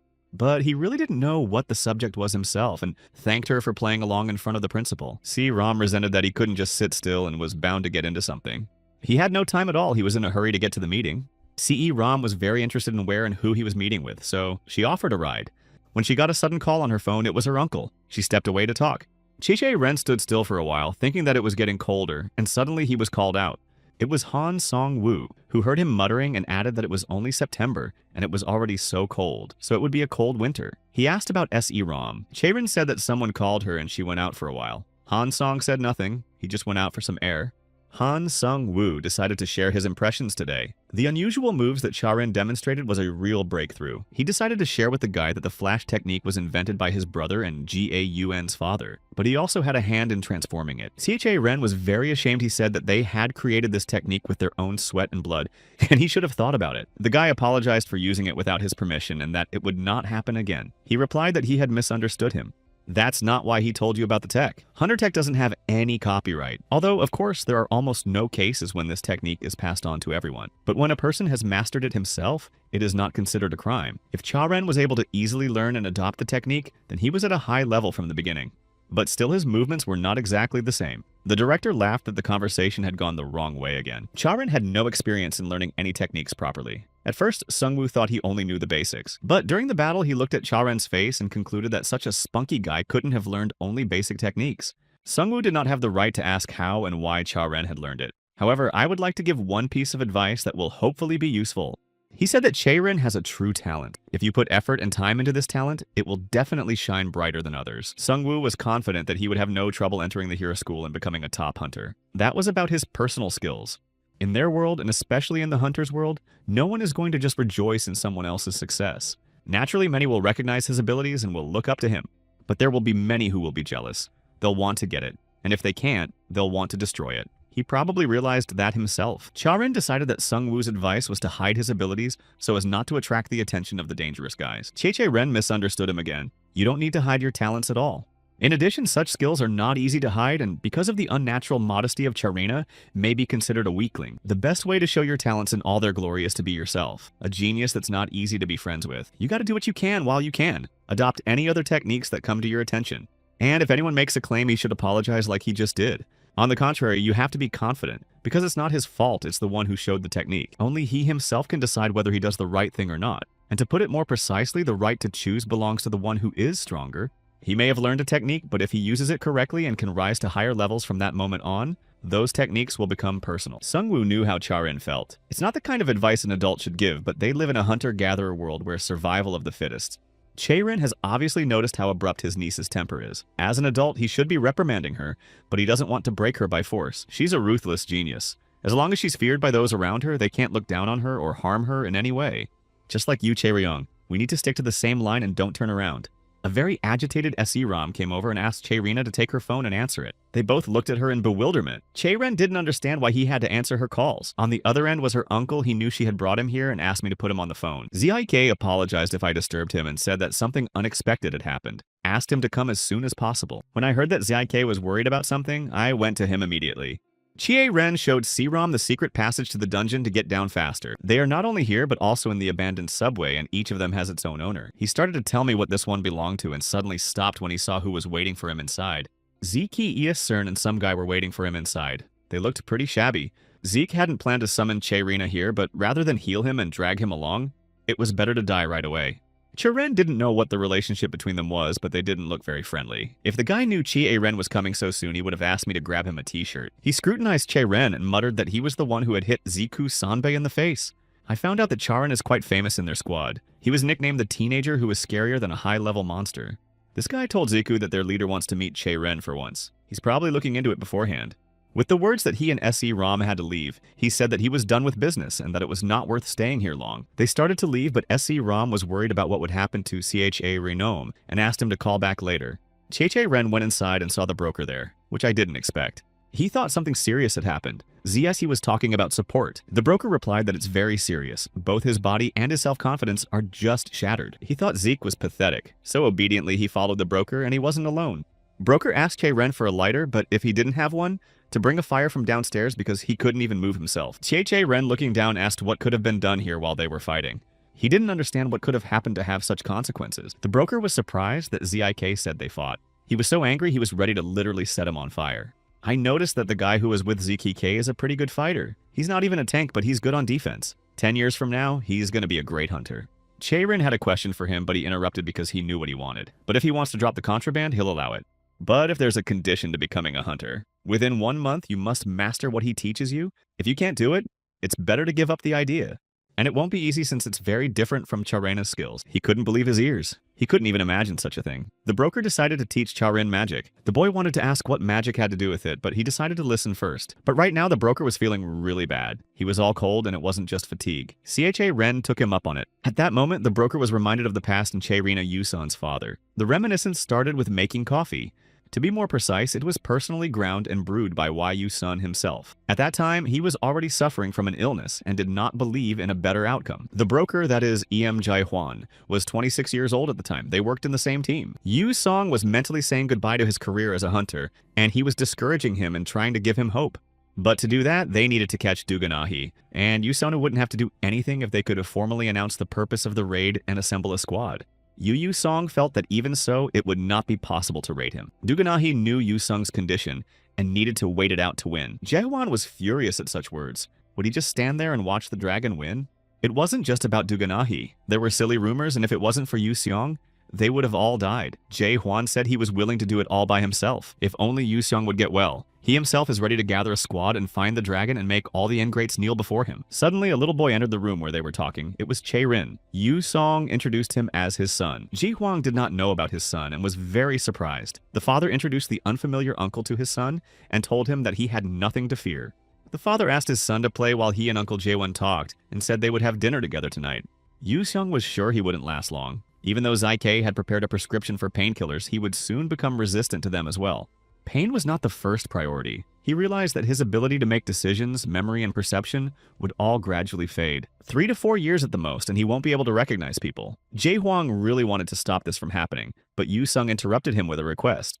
If anything happens to him, he asked to take the place of Charena's father, to take care of the child in his place. Not like himself, but so that Chae-rin can have a normal, happy life, so that he can become something other than a hunter. This may have happened for the first time in his life. Yu-sun, who has never, under any circumstances, shown his weaknesses, made a request to another person. How could Jae-won refuse his request? Of course he said yes. Back to the present time, Ji Huang woke up at Jay Ren's house. The first thing he asked was what time it was. Qiao Ren replied that it was not very late, about 11:30. He was surprised that it had only been 3 hours since he had been unconscious, thinking that ZK had treated him, which he didn't want to do.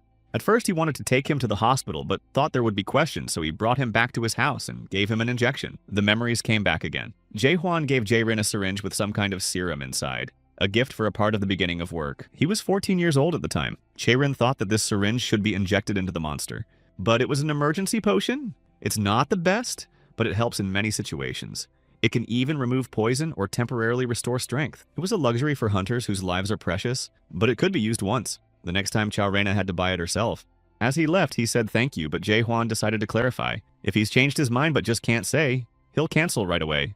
Besides, it was an inexpensive order, but once he starts, he can't stop when he wants to.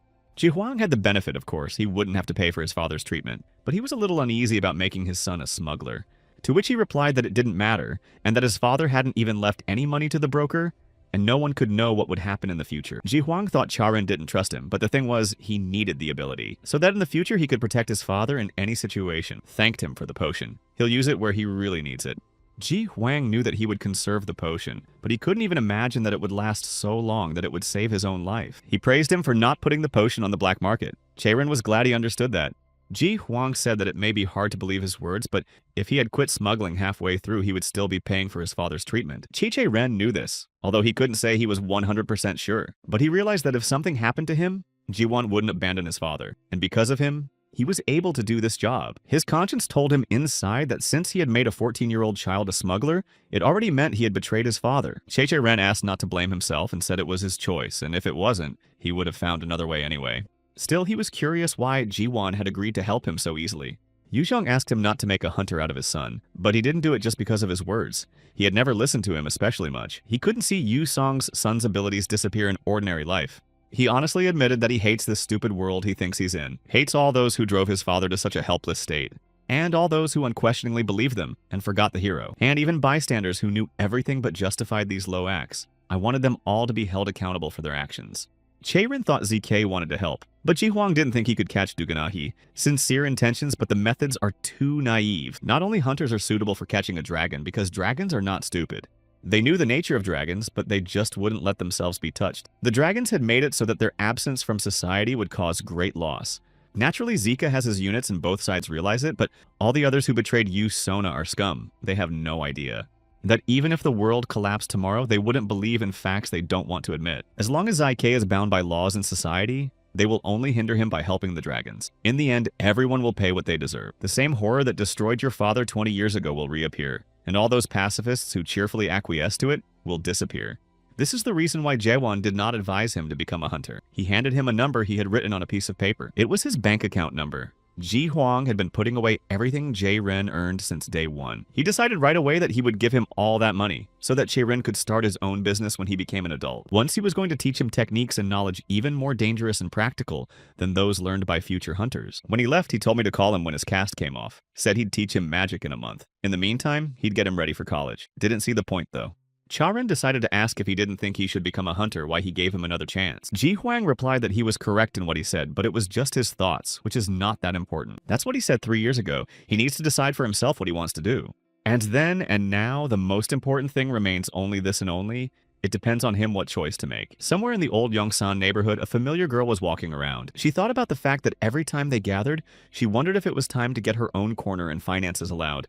A certain masked man said he found it funny that she brought it up since she doesn't come to half of their meetings. Although was in complete agreement with her because if they had a permanent place there, you could take a warm shower. Cho Yen asked him where his comrade was because they were inseparable, as if they couldn't live without each other. And now he was alone. The maid had another assignment and didn't know where he was. Choen encourages him by saying that she thought he would whimper like a puppy without a guardian. Or he's just holding back tears to look serious, which made him mad. He said that if she said another word, she'd die. She laughed at his anger. Laughing, she remarked that he was scared without his master, so he barked at everyone. He couldn't stand it and jumped up, not thinking he'd be punished for fighting with her. And one might even call it self-sacrifice.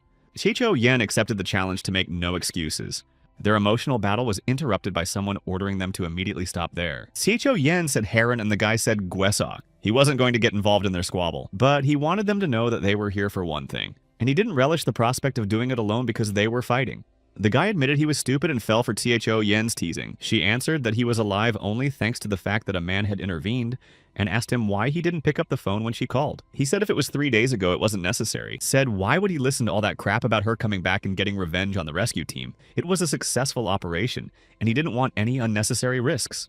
The guy disagreed with the phrase successful operation because only 12 people died, and it didn't even result in proper attention. 4 days in a row, the news has been all about these two boys. Not much about the civilian deaths, but no mention of the hijacking of the truck. He understood why.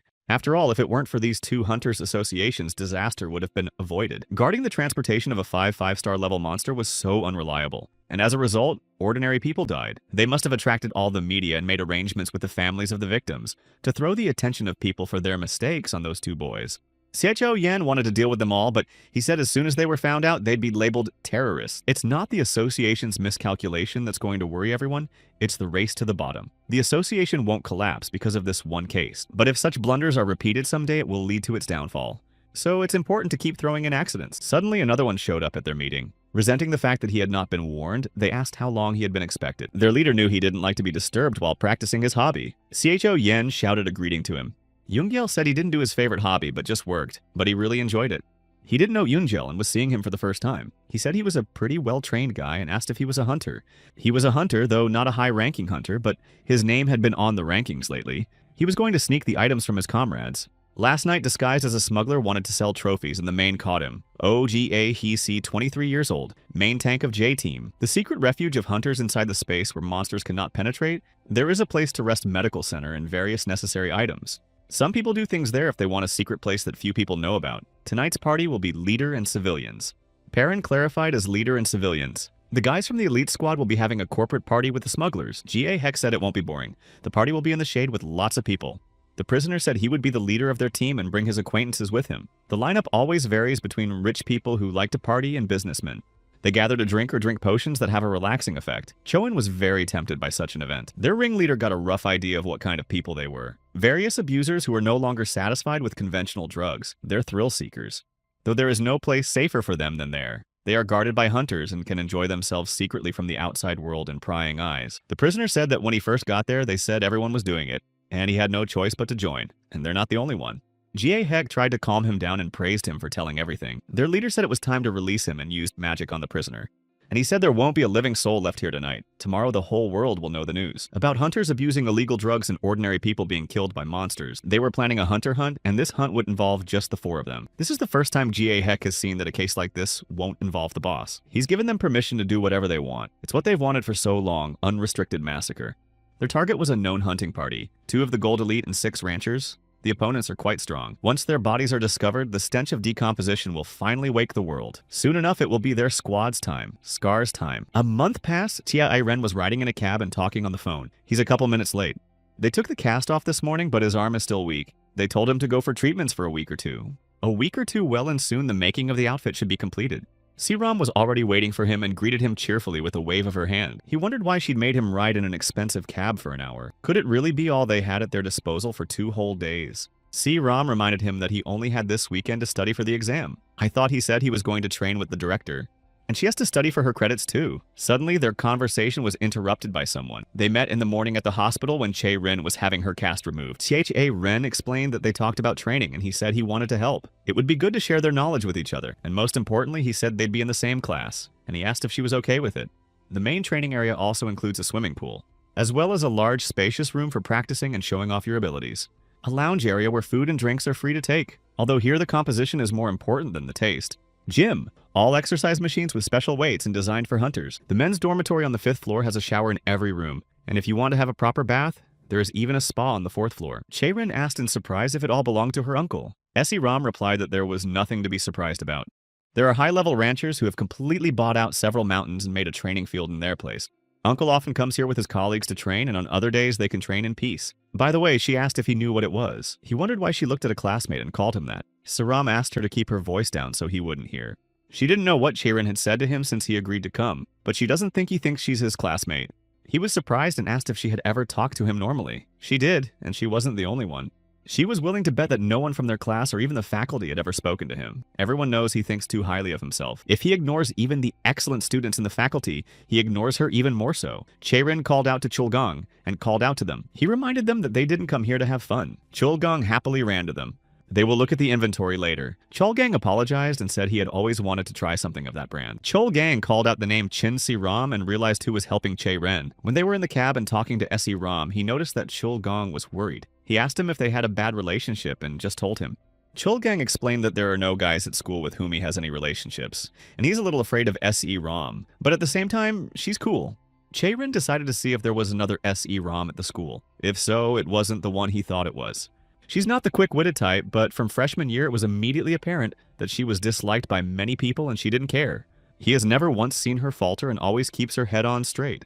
He didn't know about her grades, but he thought she was very strong and unwavering. Chaerin suggested to Chulgang that the three of us study together. Siram was indignant, but he had to study for the practical exam. Chaerin said it's just memorizing and analyzing, not putting skills into practice. After all, she said he needed to analyze. All the examples that came before where the exam was held on what topics and so on. It's important, of course, but since the three of us are in a place like this, you could have had a much more effective training session. CHA Ren thought he had grown more in the past month than ever before. He has personally encountered strong people and learned things he would never have learned on his own. He would like to practice properly with them. They would share their special knowledge and give each other feedback. It would be good for everyone. Not for him to say, but they're both considered outcasts at school. CHA Ren believed that if he entered the School of Heroes and found reliable friends, he would definitely share his knowledge with them. He didn't know how things worked there, but it seemed to him that the rest of the students did. Essie Ram couldn't say she had never thought about it. And it wasn't just his exam that mattered now, it was her. It seemed to him that the School of Heroes was not an easy place.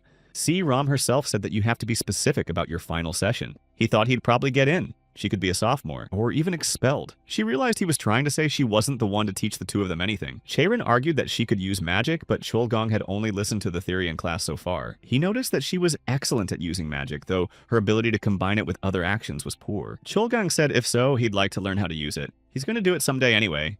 15 minutes later in the fight room, Chulgang said he had to call his parents. Chiche Ren was just breathtaking. There was just everything, even all sizes of clothes. He asked if he could take one home. Siram asked if Charin was purposely patronizing them. She's the one about the three of them practicing. She thanked him and said she didn't think she'd ever be friends with anyone else but him. Charin thought that Saram had realized that Chulgun wasn't so scary and decided to tell her one more thing. But they were interrupted again. The one that S.E. Ram never expected to see today had arrived.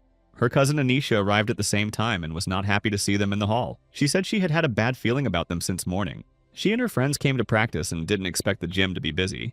Siram explained that her uncle allowed them to come and practice when he was away. Anisha should have heard this too.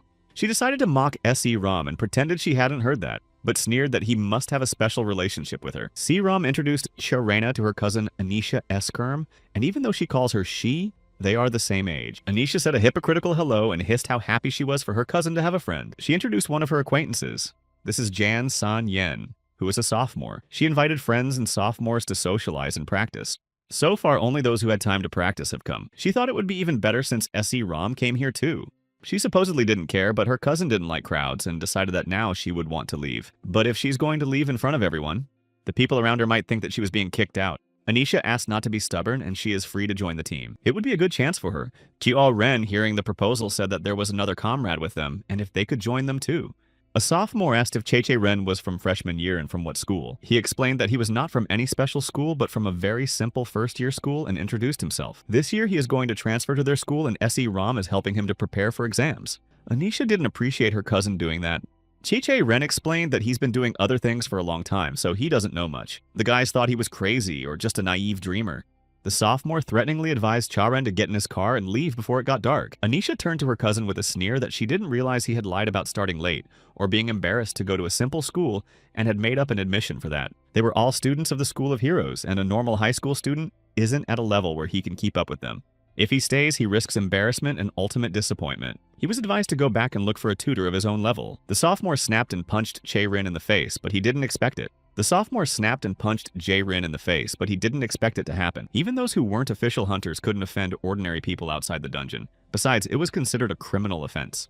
He just wanted to wave his fist in front of his nose with a menacing look and make Cha-Ren feel the difference in levels. Not realizing how it happened, I began to think that I kept the distance, and with a normal reaction he should have dodged. And he instead leaned forward on purpose, but to do so, he needed to calculate his intentions and calculate the movement. Che-Ren said grudgingly that he just wanted to practice with everyone, but it looks like he'll have to defend himself. Depending on the scale, cameras were usually installed in the hall for the hunters' competition. From different angles, they recorded everything that happened inside the halls, and then the hunters would go through those tapes and analyze their techniques. C-Rom realized that Che-Ren deliberately succumbed to not understand why, but now there is insurance that will save from unnecessary problems in any situation. Because his crazy act must have been caught on camera, a scene in which fists were thrown for no reason, the sophomore asked as self-defense. He meant no harm, just to scare him. Che-Ren pretends to be a reserved and cautious person by nature. When trouble happens, he thinks about it all the time and can't even sleep.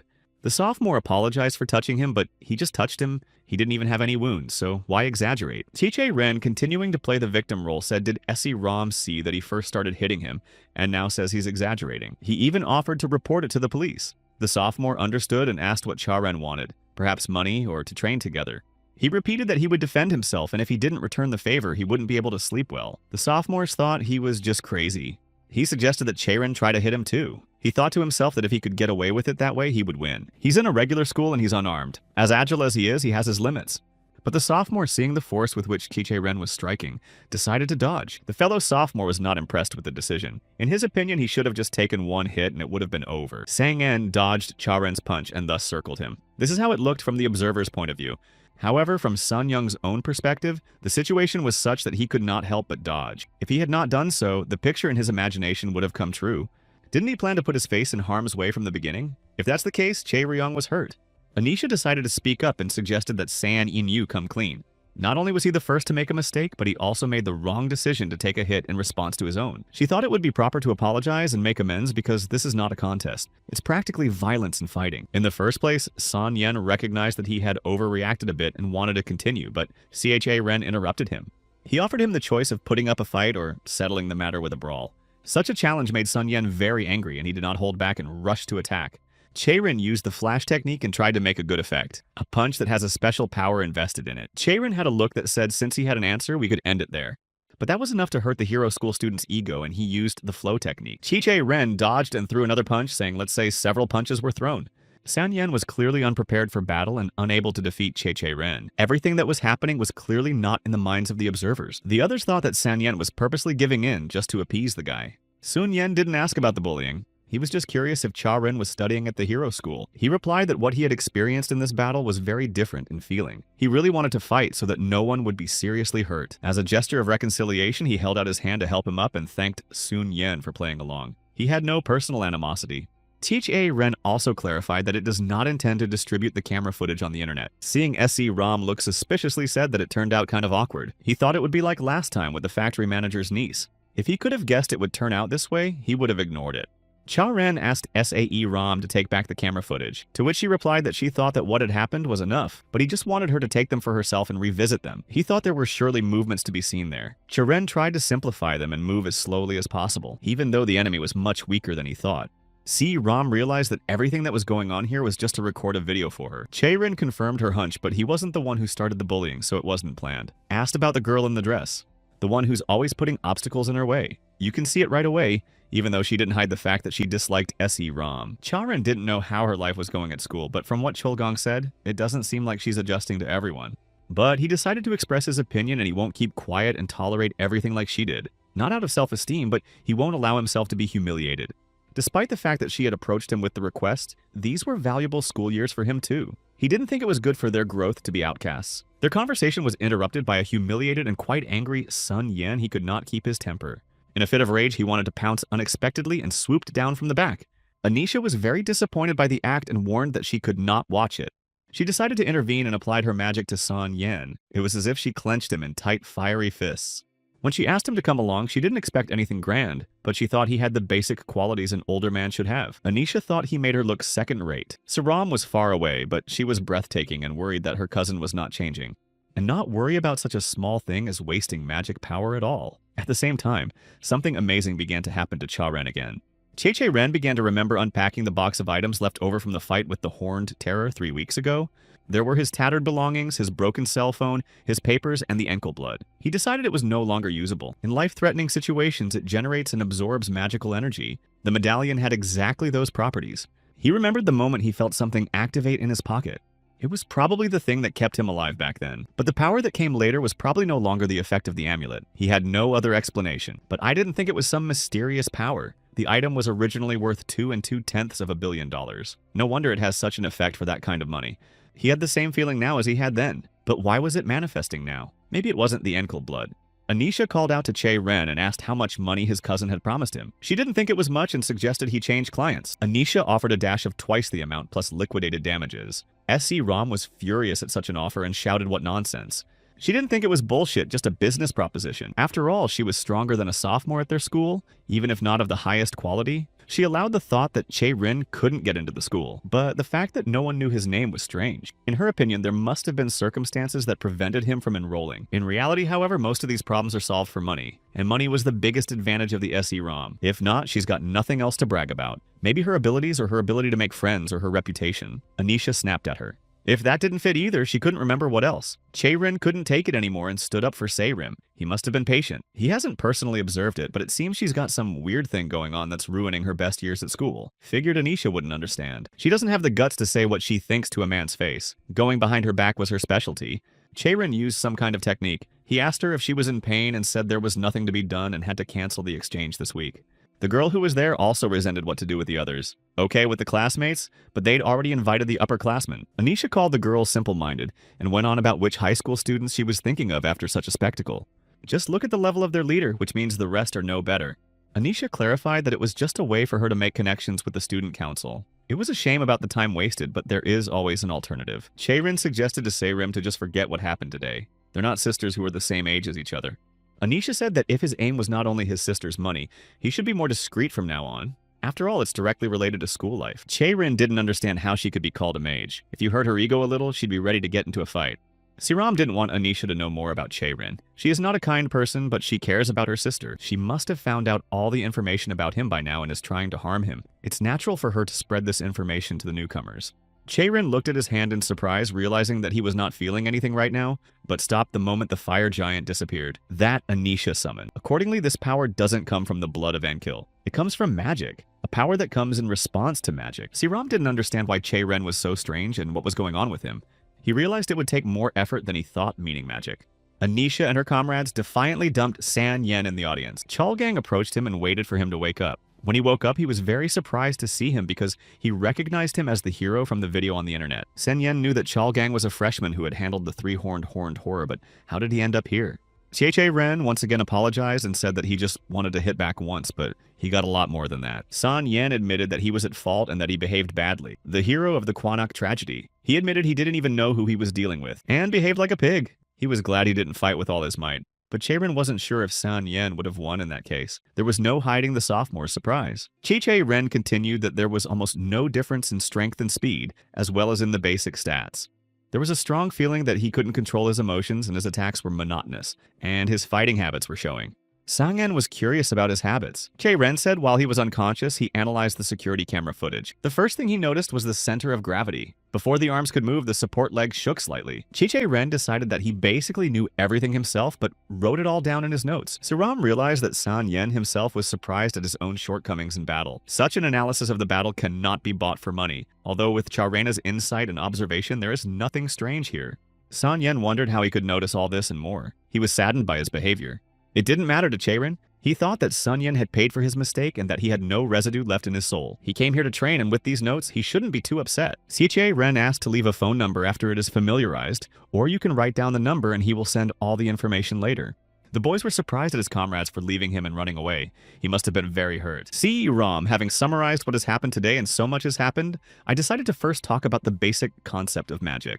If to explain in simple words, magic power can be compared to fuel for magic, and the quality of this fuel depends on its indicators. Che-Ren has always believed that quantity is more important than quality. Chalgan explained that if we look only at the amount of magic power between races, including humans, and there's not much difference between the elves, SE Rom added that this comparison is just like a mountain of newspapers is no substitute for coal. The amount of magic power determines the amount of magic. Its scope is what they can use. She has a magic power of level C. This is the lowest level to become a mage. Starting at this level, they can use magic to attack the enemy, or put buff on the skills of your comrade. But for similar non-mages, it will also be useful to learn how to put buff on their own skill. Charan caught a buff that he could put on his skills. It could be applied as well as the blood enkel. A question arose.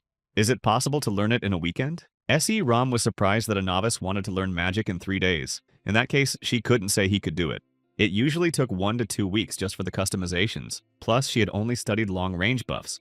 San Yen offered his help because he was a professional. He was a close-range fighter specializing in hand-to-hand combat. He was the best in this area of self-buffs in his course. Rank F Fire Spell. Mixes the user's magical power with air and causes a 400 and 500 degree fire. Use while camping or in emergency situations. CHA Ren was delighted.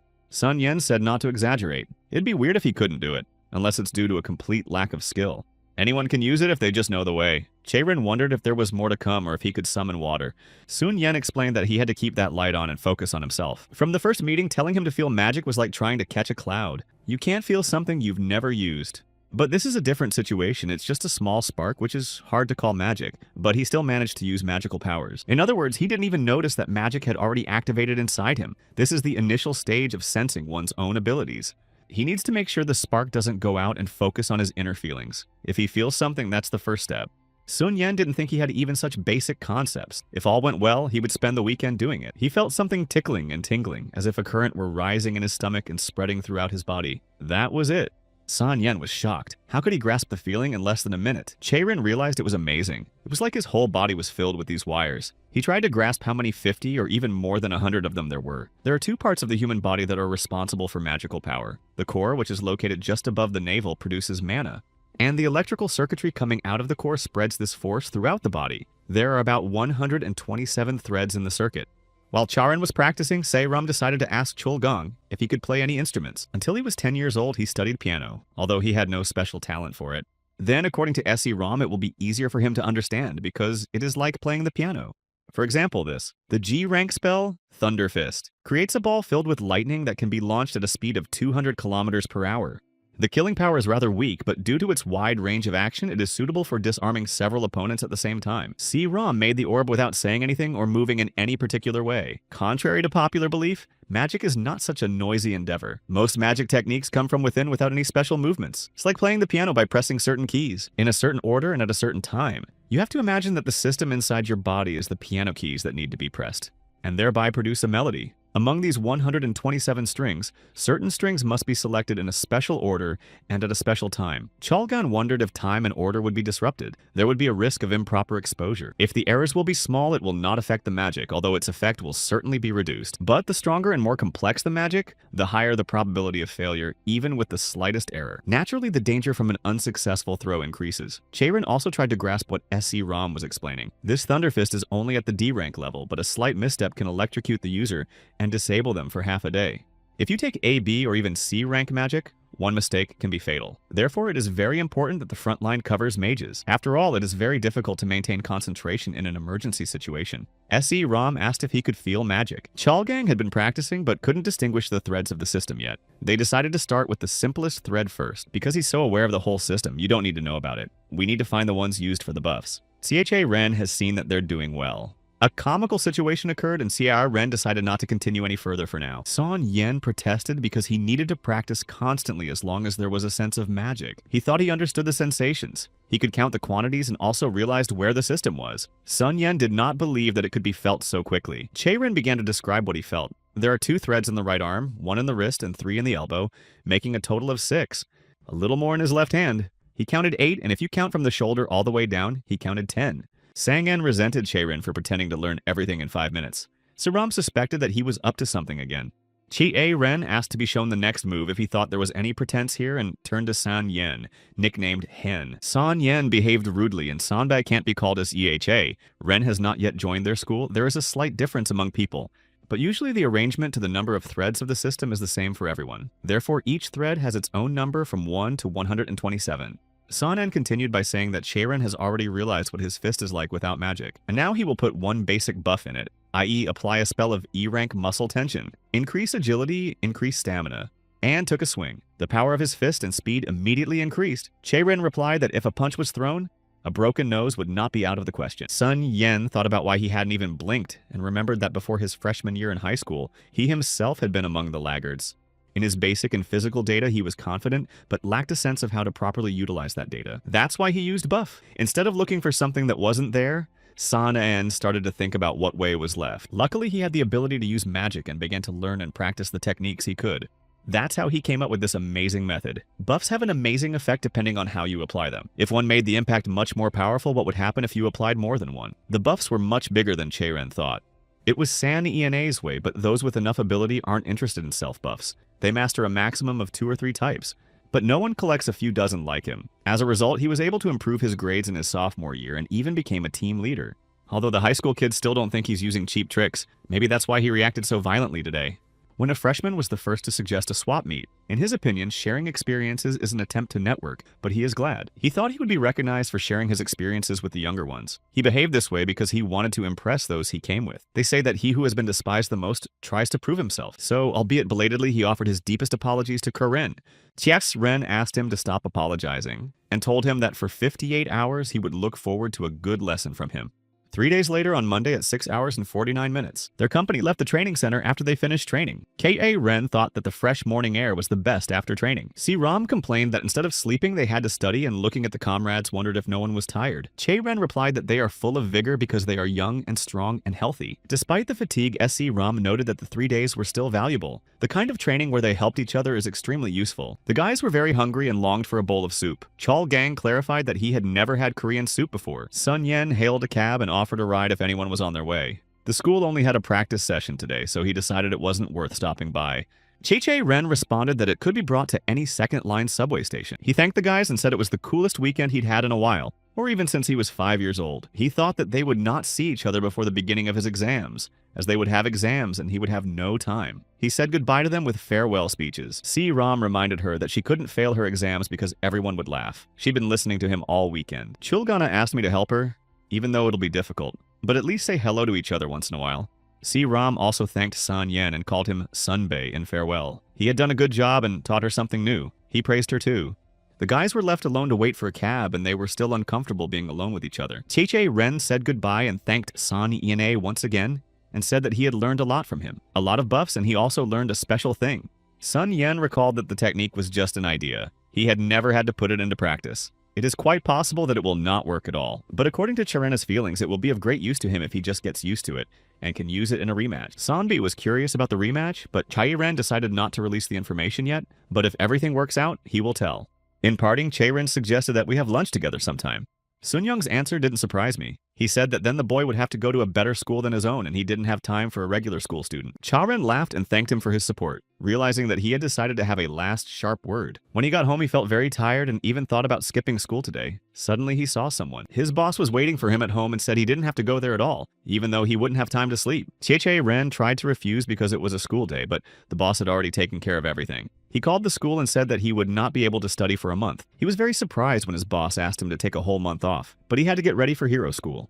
And if he wasn't going to distinguish himself for 100% attendance, it's time to pack it in. The warden somehow figured out that Ren had learned magic. It's still early stages, but the horror circuit has been activated. Ren justified himself by saying that he knew what the lessons would be about, so he practiced a little. The boss praised him, but thought he would not need it. He was puzzled as to why it wasn't useful. Jaehywan asked him not to misunderstand, and he even praised him, but he thought it was a waste of time. He wanted to convey the understanding that the magic he would teach was not some private lessons, but an exam. He thinks Charan should be ready to become a real hunter, and Jaehywan will do anything to test it.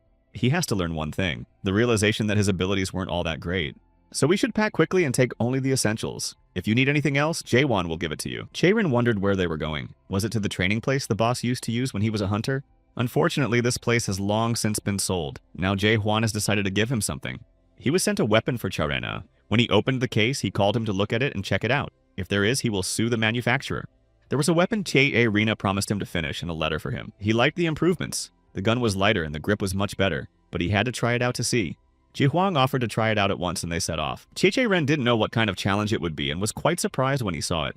It was Carnivorous End with a danger level of 4 stars. If you encounter a 3-star monster, you should try to run away from it. And to avoid encountering a monster of the 4-star level or higher, It was better not to create such situations. Che-Rin remembered at that moment what he had been taught. Jae-won pointed out that these are rules for smugglers, but not for hunters, and if he can't move or appears to be about to die, to call for help. Jae-won first saw Charon's abilities in person 6 months ago. If his skills remain at the same level, he'll probably die. Carnivorous End is especially dangerous in close-range combat. At the same time, if Charon asks for help, it will be a total failure. He was as focused as he could be, but if he'd reacted a second later, his head would have fallen off his shoulders. This was Charon's second battle with a 4-star level monster. There was a slight difference between them, but the main factors were the same. Neither offensively nor defensively was he allowed a hint of error, and now he had no comrade to cover him, so any hiccup meant death. He needs to fight as hard as he can and destroy the monster as quickly as possible. Che-Ren chose the needle technique. The biggest difference for hunters between 3 and 4 stars is intelligence. Individuals may vary, but most monsters are as good as humans in their ability to assess the situation, and especially gifted monsters can even attack the human psyche. The monster could have defended itself, but it created a delay to lure him in. You can't break through that with a needle. Jae-hwan thought so too and tried to help. Suddenly, something happened to the weapon. It misbehaved. While he was distracted, the monster disappeared. Jae-hwan assumed that Che-Rin had somehow activated it. He replied that he didn't even know how to use it yet. The warden didn't sense any magical powers in him. Most likely he was just using physical strength as a source of energy. There is nothing unusual in this mechanism, on the contrary, a slightly outdated method. After all, in the end, the use of such weapons is not given for nothing. In order to maintain the sword, one must expend one's own strength. In the past, it was difficult to find good materials. Now it is more profitable to make a real sword. However, that punch that Jae-hwan had just seen was quite powerful. And if it wasn't for this subject, he would have taught Charin a lesson. The guy admitted that it could be considered a loss. The boss admitted that initially he didn't believe in winning and he didn't mean his abilities, but even the exact opposite. If you look at it objectively, Sharena has pretty good qualities. Perhaps only one combat power reaches the gold level. But is the word not bad praise? If you count his father, Jae-hwan had only met a little more than 10 people stronger than Che-Rin, and among them more than half died because of monsters weaker than themselves. Suddenly, their conversation was interrupted by a monster. Che-Rin thought it was another, but this monster has the super regeneration ability. It regenerates most of the physical damage. Charin used the flux technique and dealt serious damage to the monster. But then something unusual happened. His weapon turned into a hammer. Jie-hwan has figured out how it works. User position. Most likely the weapon perceives the situation and changes according to it. Perhaps this feature is perfect for this particular monster. Ji Huang believed that no matter how good a weapon is, without understanding the basic method of attack, it is impossible to defeat it. The monster with its super generation seemed to be completely unaffected by anything at all. Jae-won was indignant at the fact that he couldn't even dodge or defend himself in his condition. Che-rin thought he had broken all the monster's weaknesses, asked for advice on how to proceed. Ji Huang thought that it was necessary to run away and lure the monster to a place where it couldn't regenerate. This is a plan of attack that can be used to win. There are 3 ways to attack the carnivorous end, the first and most effective. We need to lure the carnivorous enda into an environment where it can't absorb nutrients. As long as it is on the surface of the ground, it feeds off of it will regenerate without end. And if you lure him to the rocks or an abandoned building, you can destroy him at least 5 times. Unfortunately, Che-rin didn't think of that. He was trying to find his weaknesses and find the right moment to crush him, since it was the only way he knew. Suddenly, Che-rin saw the monster break Jae-hwan's protective barrier. The second way to attack carnivorous end is to cast a spell on it. Fire spell of at least rank C or higher and burn it to the ground. It sounds pointless, but it's called futility. A mage who can control fire can effortlessly draw it in and destroy it. This is one of the reasons why this 4-star level monster's vulnerability from fire is too unreliable a weakness.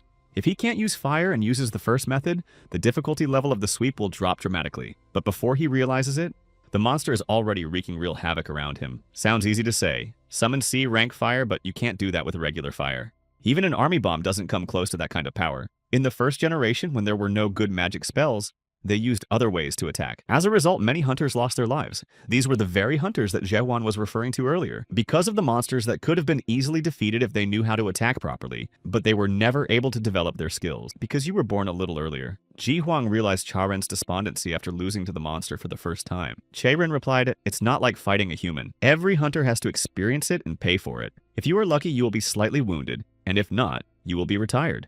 Worst case scenario, another man's life, after which he will consider himself the last person to survive." Jae-hwa didn't want Che-rin to suffer the same fate. Paying dearly doesn't mean you'll learn more. They were done for the day. The warden told them to take a bag and warned them that they would have to run for an hour or 2. The area of the dungeon is very different from the original area. From the outside, it looks appropriate to the area and feels small. But when you get inside, it can be several dozen times larger. What at first glance looked like roughly 4 Seoul neighborhoods, including Yoedo Island on the inside, could be compared to an entire Korean peninsula. After a couple hours, they reached the place. Jae-hwang said to admire the scenery. The first thing to look at is the amazing scenery.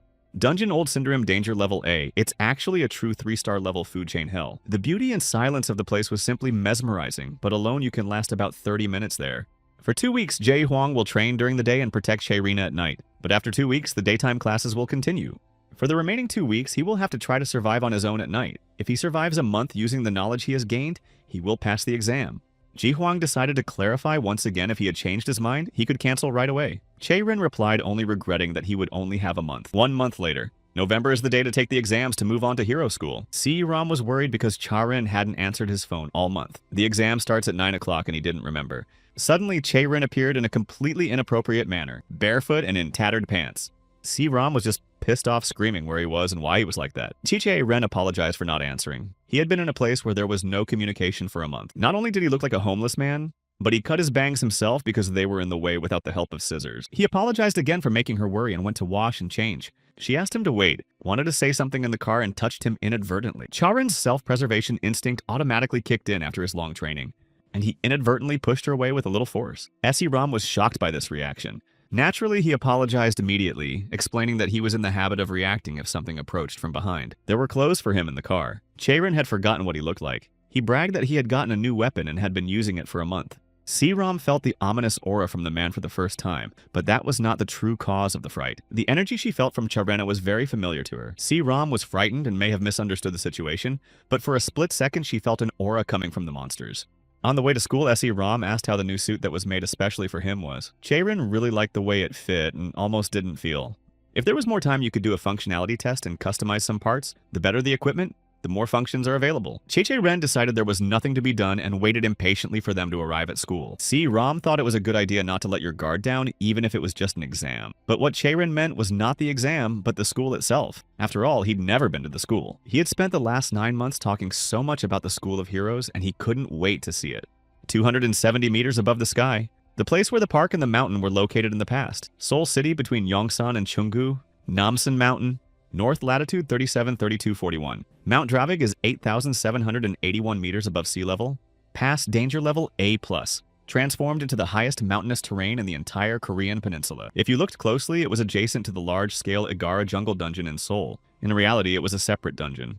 With this in mind, 30 years ago, the state teamed up with the Hunters Association and drew up a plan to clean up the dungeon completely. At that time, all known hunters in Korea were gathered. They held a briefing during which not one of them refused, although participation was completely voluntary. Preparations for such a large-scale raid took about a year. Astronomers and physicists were involved because the plan was bound to succeed. And as a result, in an hour's time, Mount Dravig and Namsan's past will once again become South Korean territory, completely clearing a dungeon above rank A. By world standards, it was a momentous achievement. However, after that, the minds of most Koreans were busy with happy thoughts. There was more than one mountain peak on Mount Dravig. The mountain range itself was quite extensive. How to utilize this terrain? It may not seem real to some. Then some unexpected words were spoken, which cut at the root of the problem of the dispute over ownership of that land. There was a proposal to build a school on this site. There was already a need for some kind of educational institution for hunters, but no matter how you look at it, and for the systematic education of a huge number of gifted school children, a wide space was required. It was not easy to prepare it. Therefore, these plans were constantly postponed. At that time, the Dravig dungeon had no master, but the real right of possession belonged to the hunters, who risked their lives for the cleanup. Only a few people knew then or now, but if the hunter who contributed the most to the operation, by Sweep not setting an example for others and not sacrificing his right to possess, then today the School of Heroes would simply not exist. Chae-Ren reasoned that even if he didn't study there, he had always dreamed of going there at least once. And if they sold souvenirs there, they could make a lot of money. They traveled outside of Seoul, but he thought the school was in the north. Si-Ram explained while he was out of contact a lot had happened. Asked if he'd heard of Jae. It's a famous dungeon cleanup team. Chae-Ren has heard of them. Among his friends are their fans. Si-Ram gave the sad news that they all died. The lock on their shelter broke. Apparently a high-risk monster was in the neighborhood at just the right time. But medicines were found at the scene of the tragedy, as well as the bodies of famous personalities. Chae-Ren imagined the scandal that erupted. Si-Ram confirmed that a public apology began immediately. She heard about the seven, starting with the Hunters Association, and public opinion of all organizations related to hunters has plummeted. To assuage this sentiment in the community, the Hunters Association has announced various innovative projects, and the changed exam field is one of them. The Fangay Labyrinth is the second place that has been completely cleared after Mount Dravig, a dungeon above a rank. It was once home to the nest of the famous dragon Vazuka. At the same time, in the Chinsen group's lab in the underground forge of Zik Kerm was chatting with the former monster about wine. Zik was outraged about the difficulty of delivery, and he wiped it all out in one night. To which Argus complained that he hadn't rested in a long time. He drank honey wine 25 years old. Dwarf wine is very, very strong. Argus lamented that people can't make anything properly, especially wine. He asked why Zik had come and if he wanted to tell about the boy. Zeke couldn't say that his visit had nothing to do with Cheiren. He asked about the Wazuki Maze. About 20 years ago, the Hunters Association asked Argus about it. He confirmed it and said they wanted to make it a place of intense training, but he refused and kicked them out. Zik asked him to explain why he thought that. Argus explained that he knew that dragons were passionate about one thing. The object of their lust may be different for everyone, but if it happens, they show an obsession and desire to possess it. Wazuka was a known lover of mazes. Even for dragons, he was considered quite strong, and spent a lot of effort to make the nest mysterious and intricate. He used titans and dwarf technology, even human and elven. Anything that could help was used. Humans can't handle such a monster, but they say that in 20 years they have completely eliminated all dangerous elements by hiring dwarves from other countries. The number of dwarves that Vazuka had kidnapped and forced to work was over 1,000. Argus didn't understand how the humans had managed to capture Vazuka, but he was sure it wasn't inside the labyrinth. Maybe it was taken out somehow. If he was inside the nest, no matter what means you used, it would be impossible to catch him. Whatever had been destroyed there in 20 years, Argus was sure it was just the tip of the iceberg. Most likely, no dangerous traps were found in the depths of the dungeon.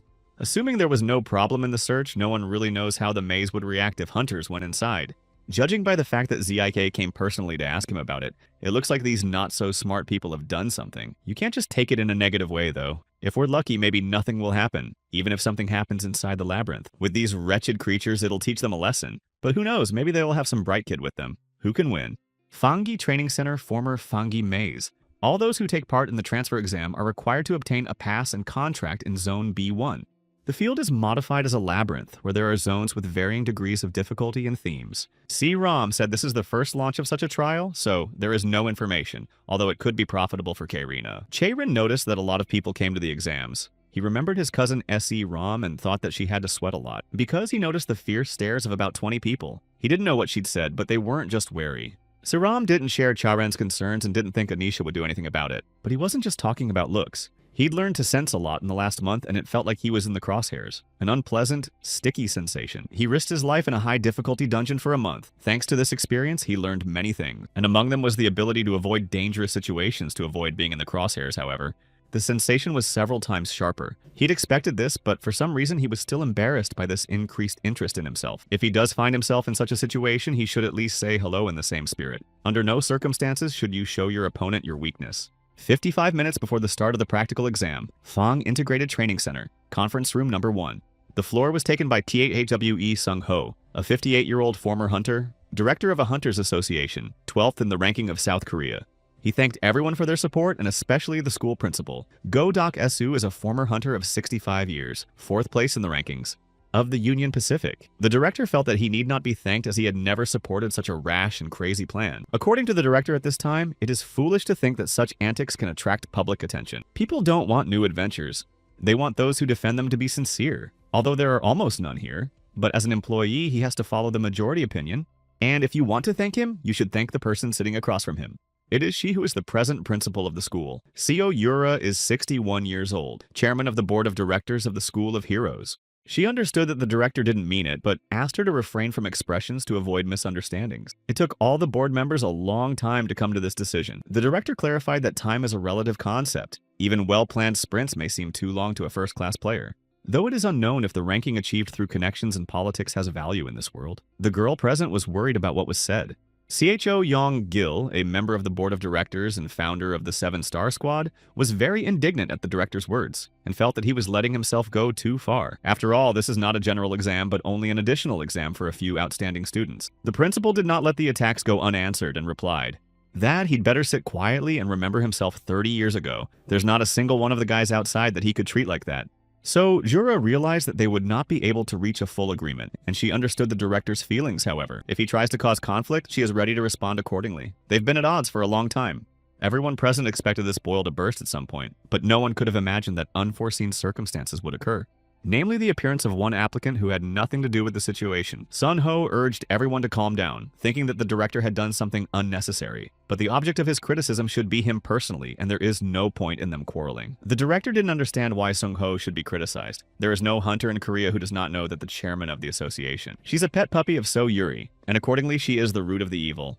The principal asked the Kana teacher if his words were too harsh. The teacher confirmed that the words and tone were certainly very rude. The director understood that when you have power and authority, you want to use it to the fullest, but aren't they overstepping their bounds?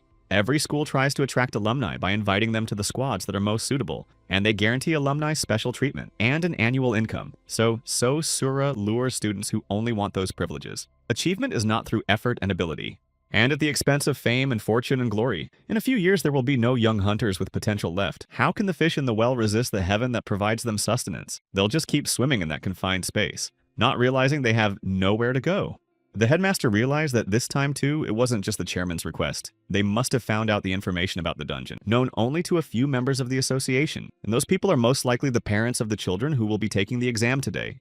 The principal asked the Kana teacher after all that was said if he really thought his words were rude and aggressive. There aren't enough kids who left the school, so now they're trying to pressure those who stayed. That means he and their whole school mean nothing. The ASD teacher didn't think that would happen. It's impossible to pass this exam using terrain information. If there's anything to worry about, it's safety.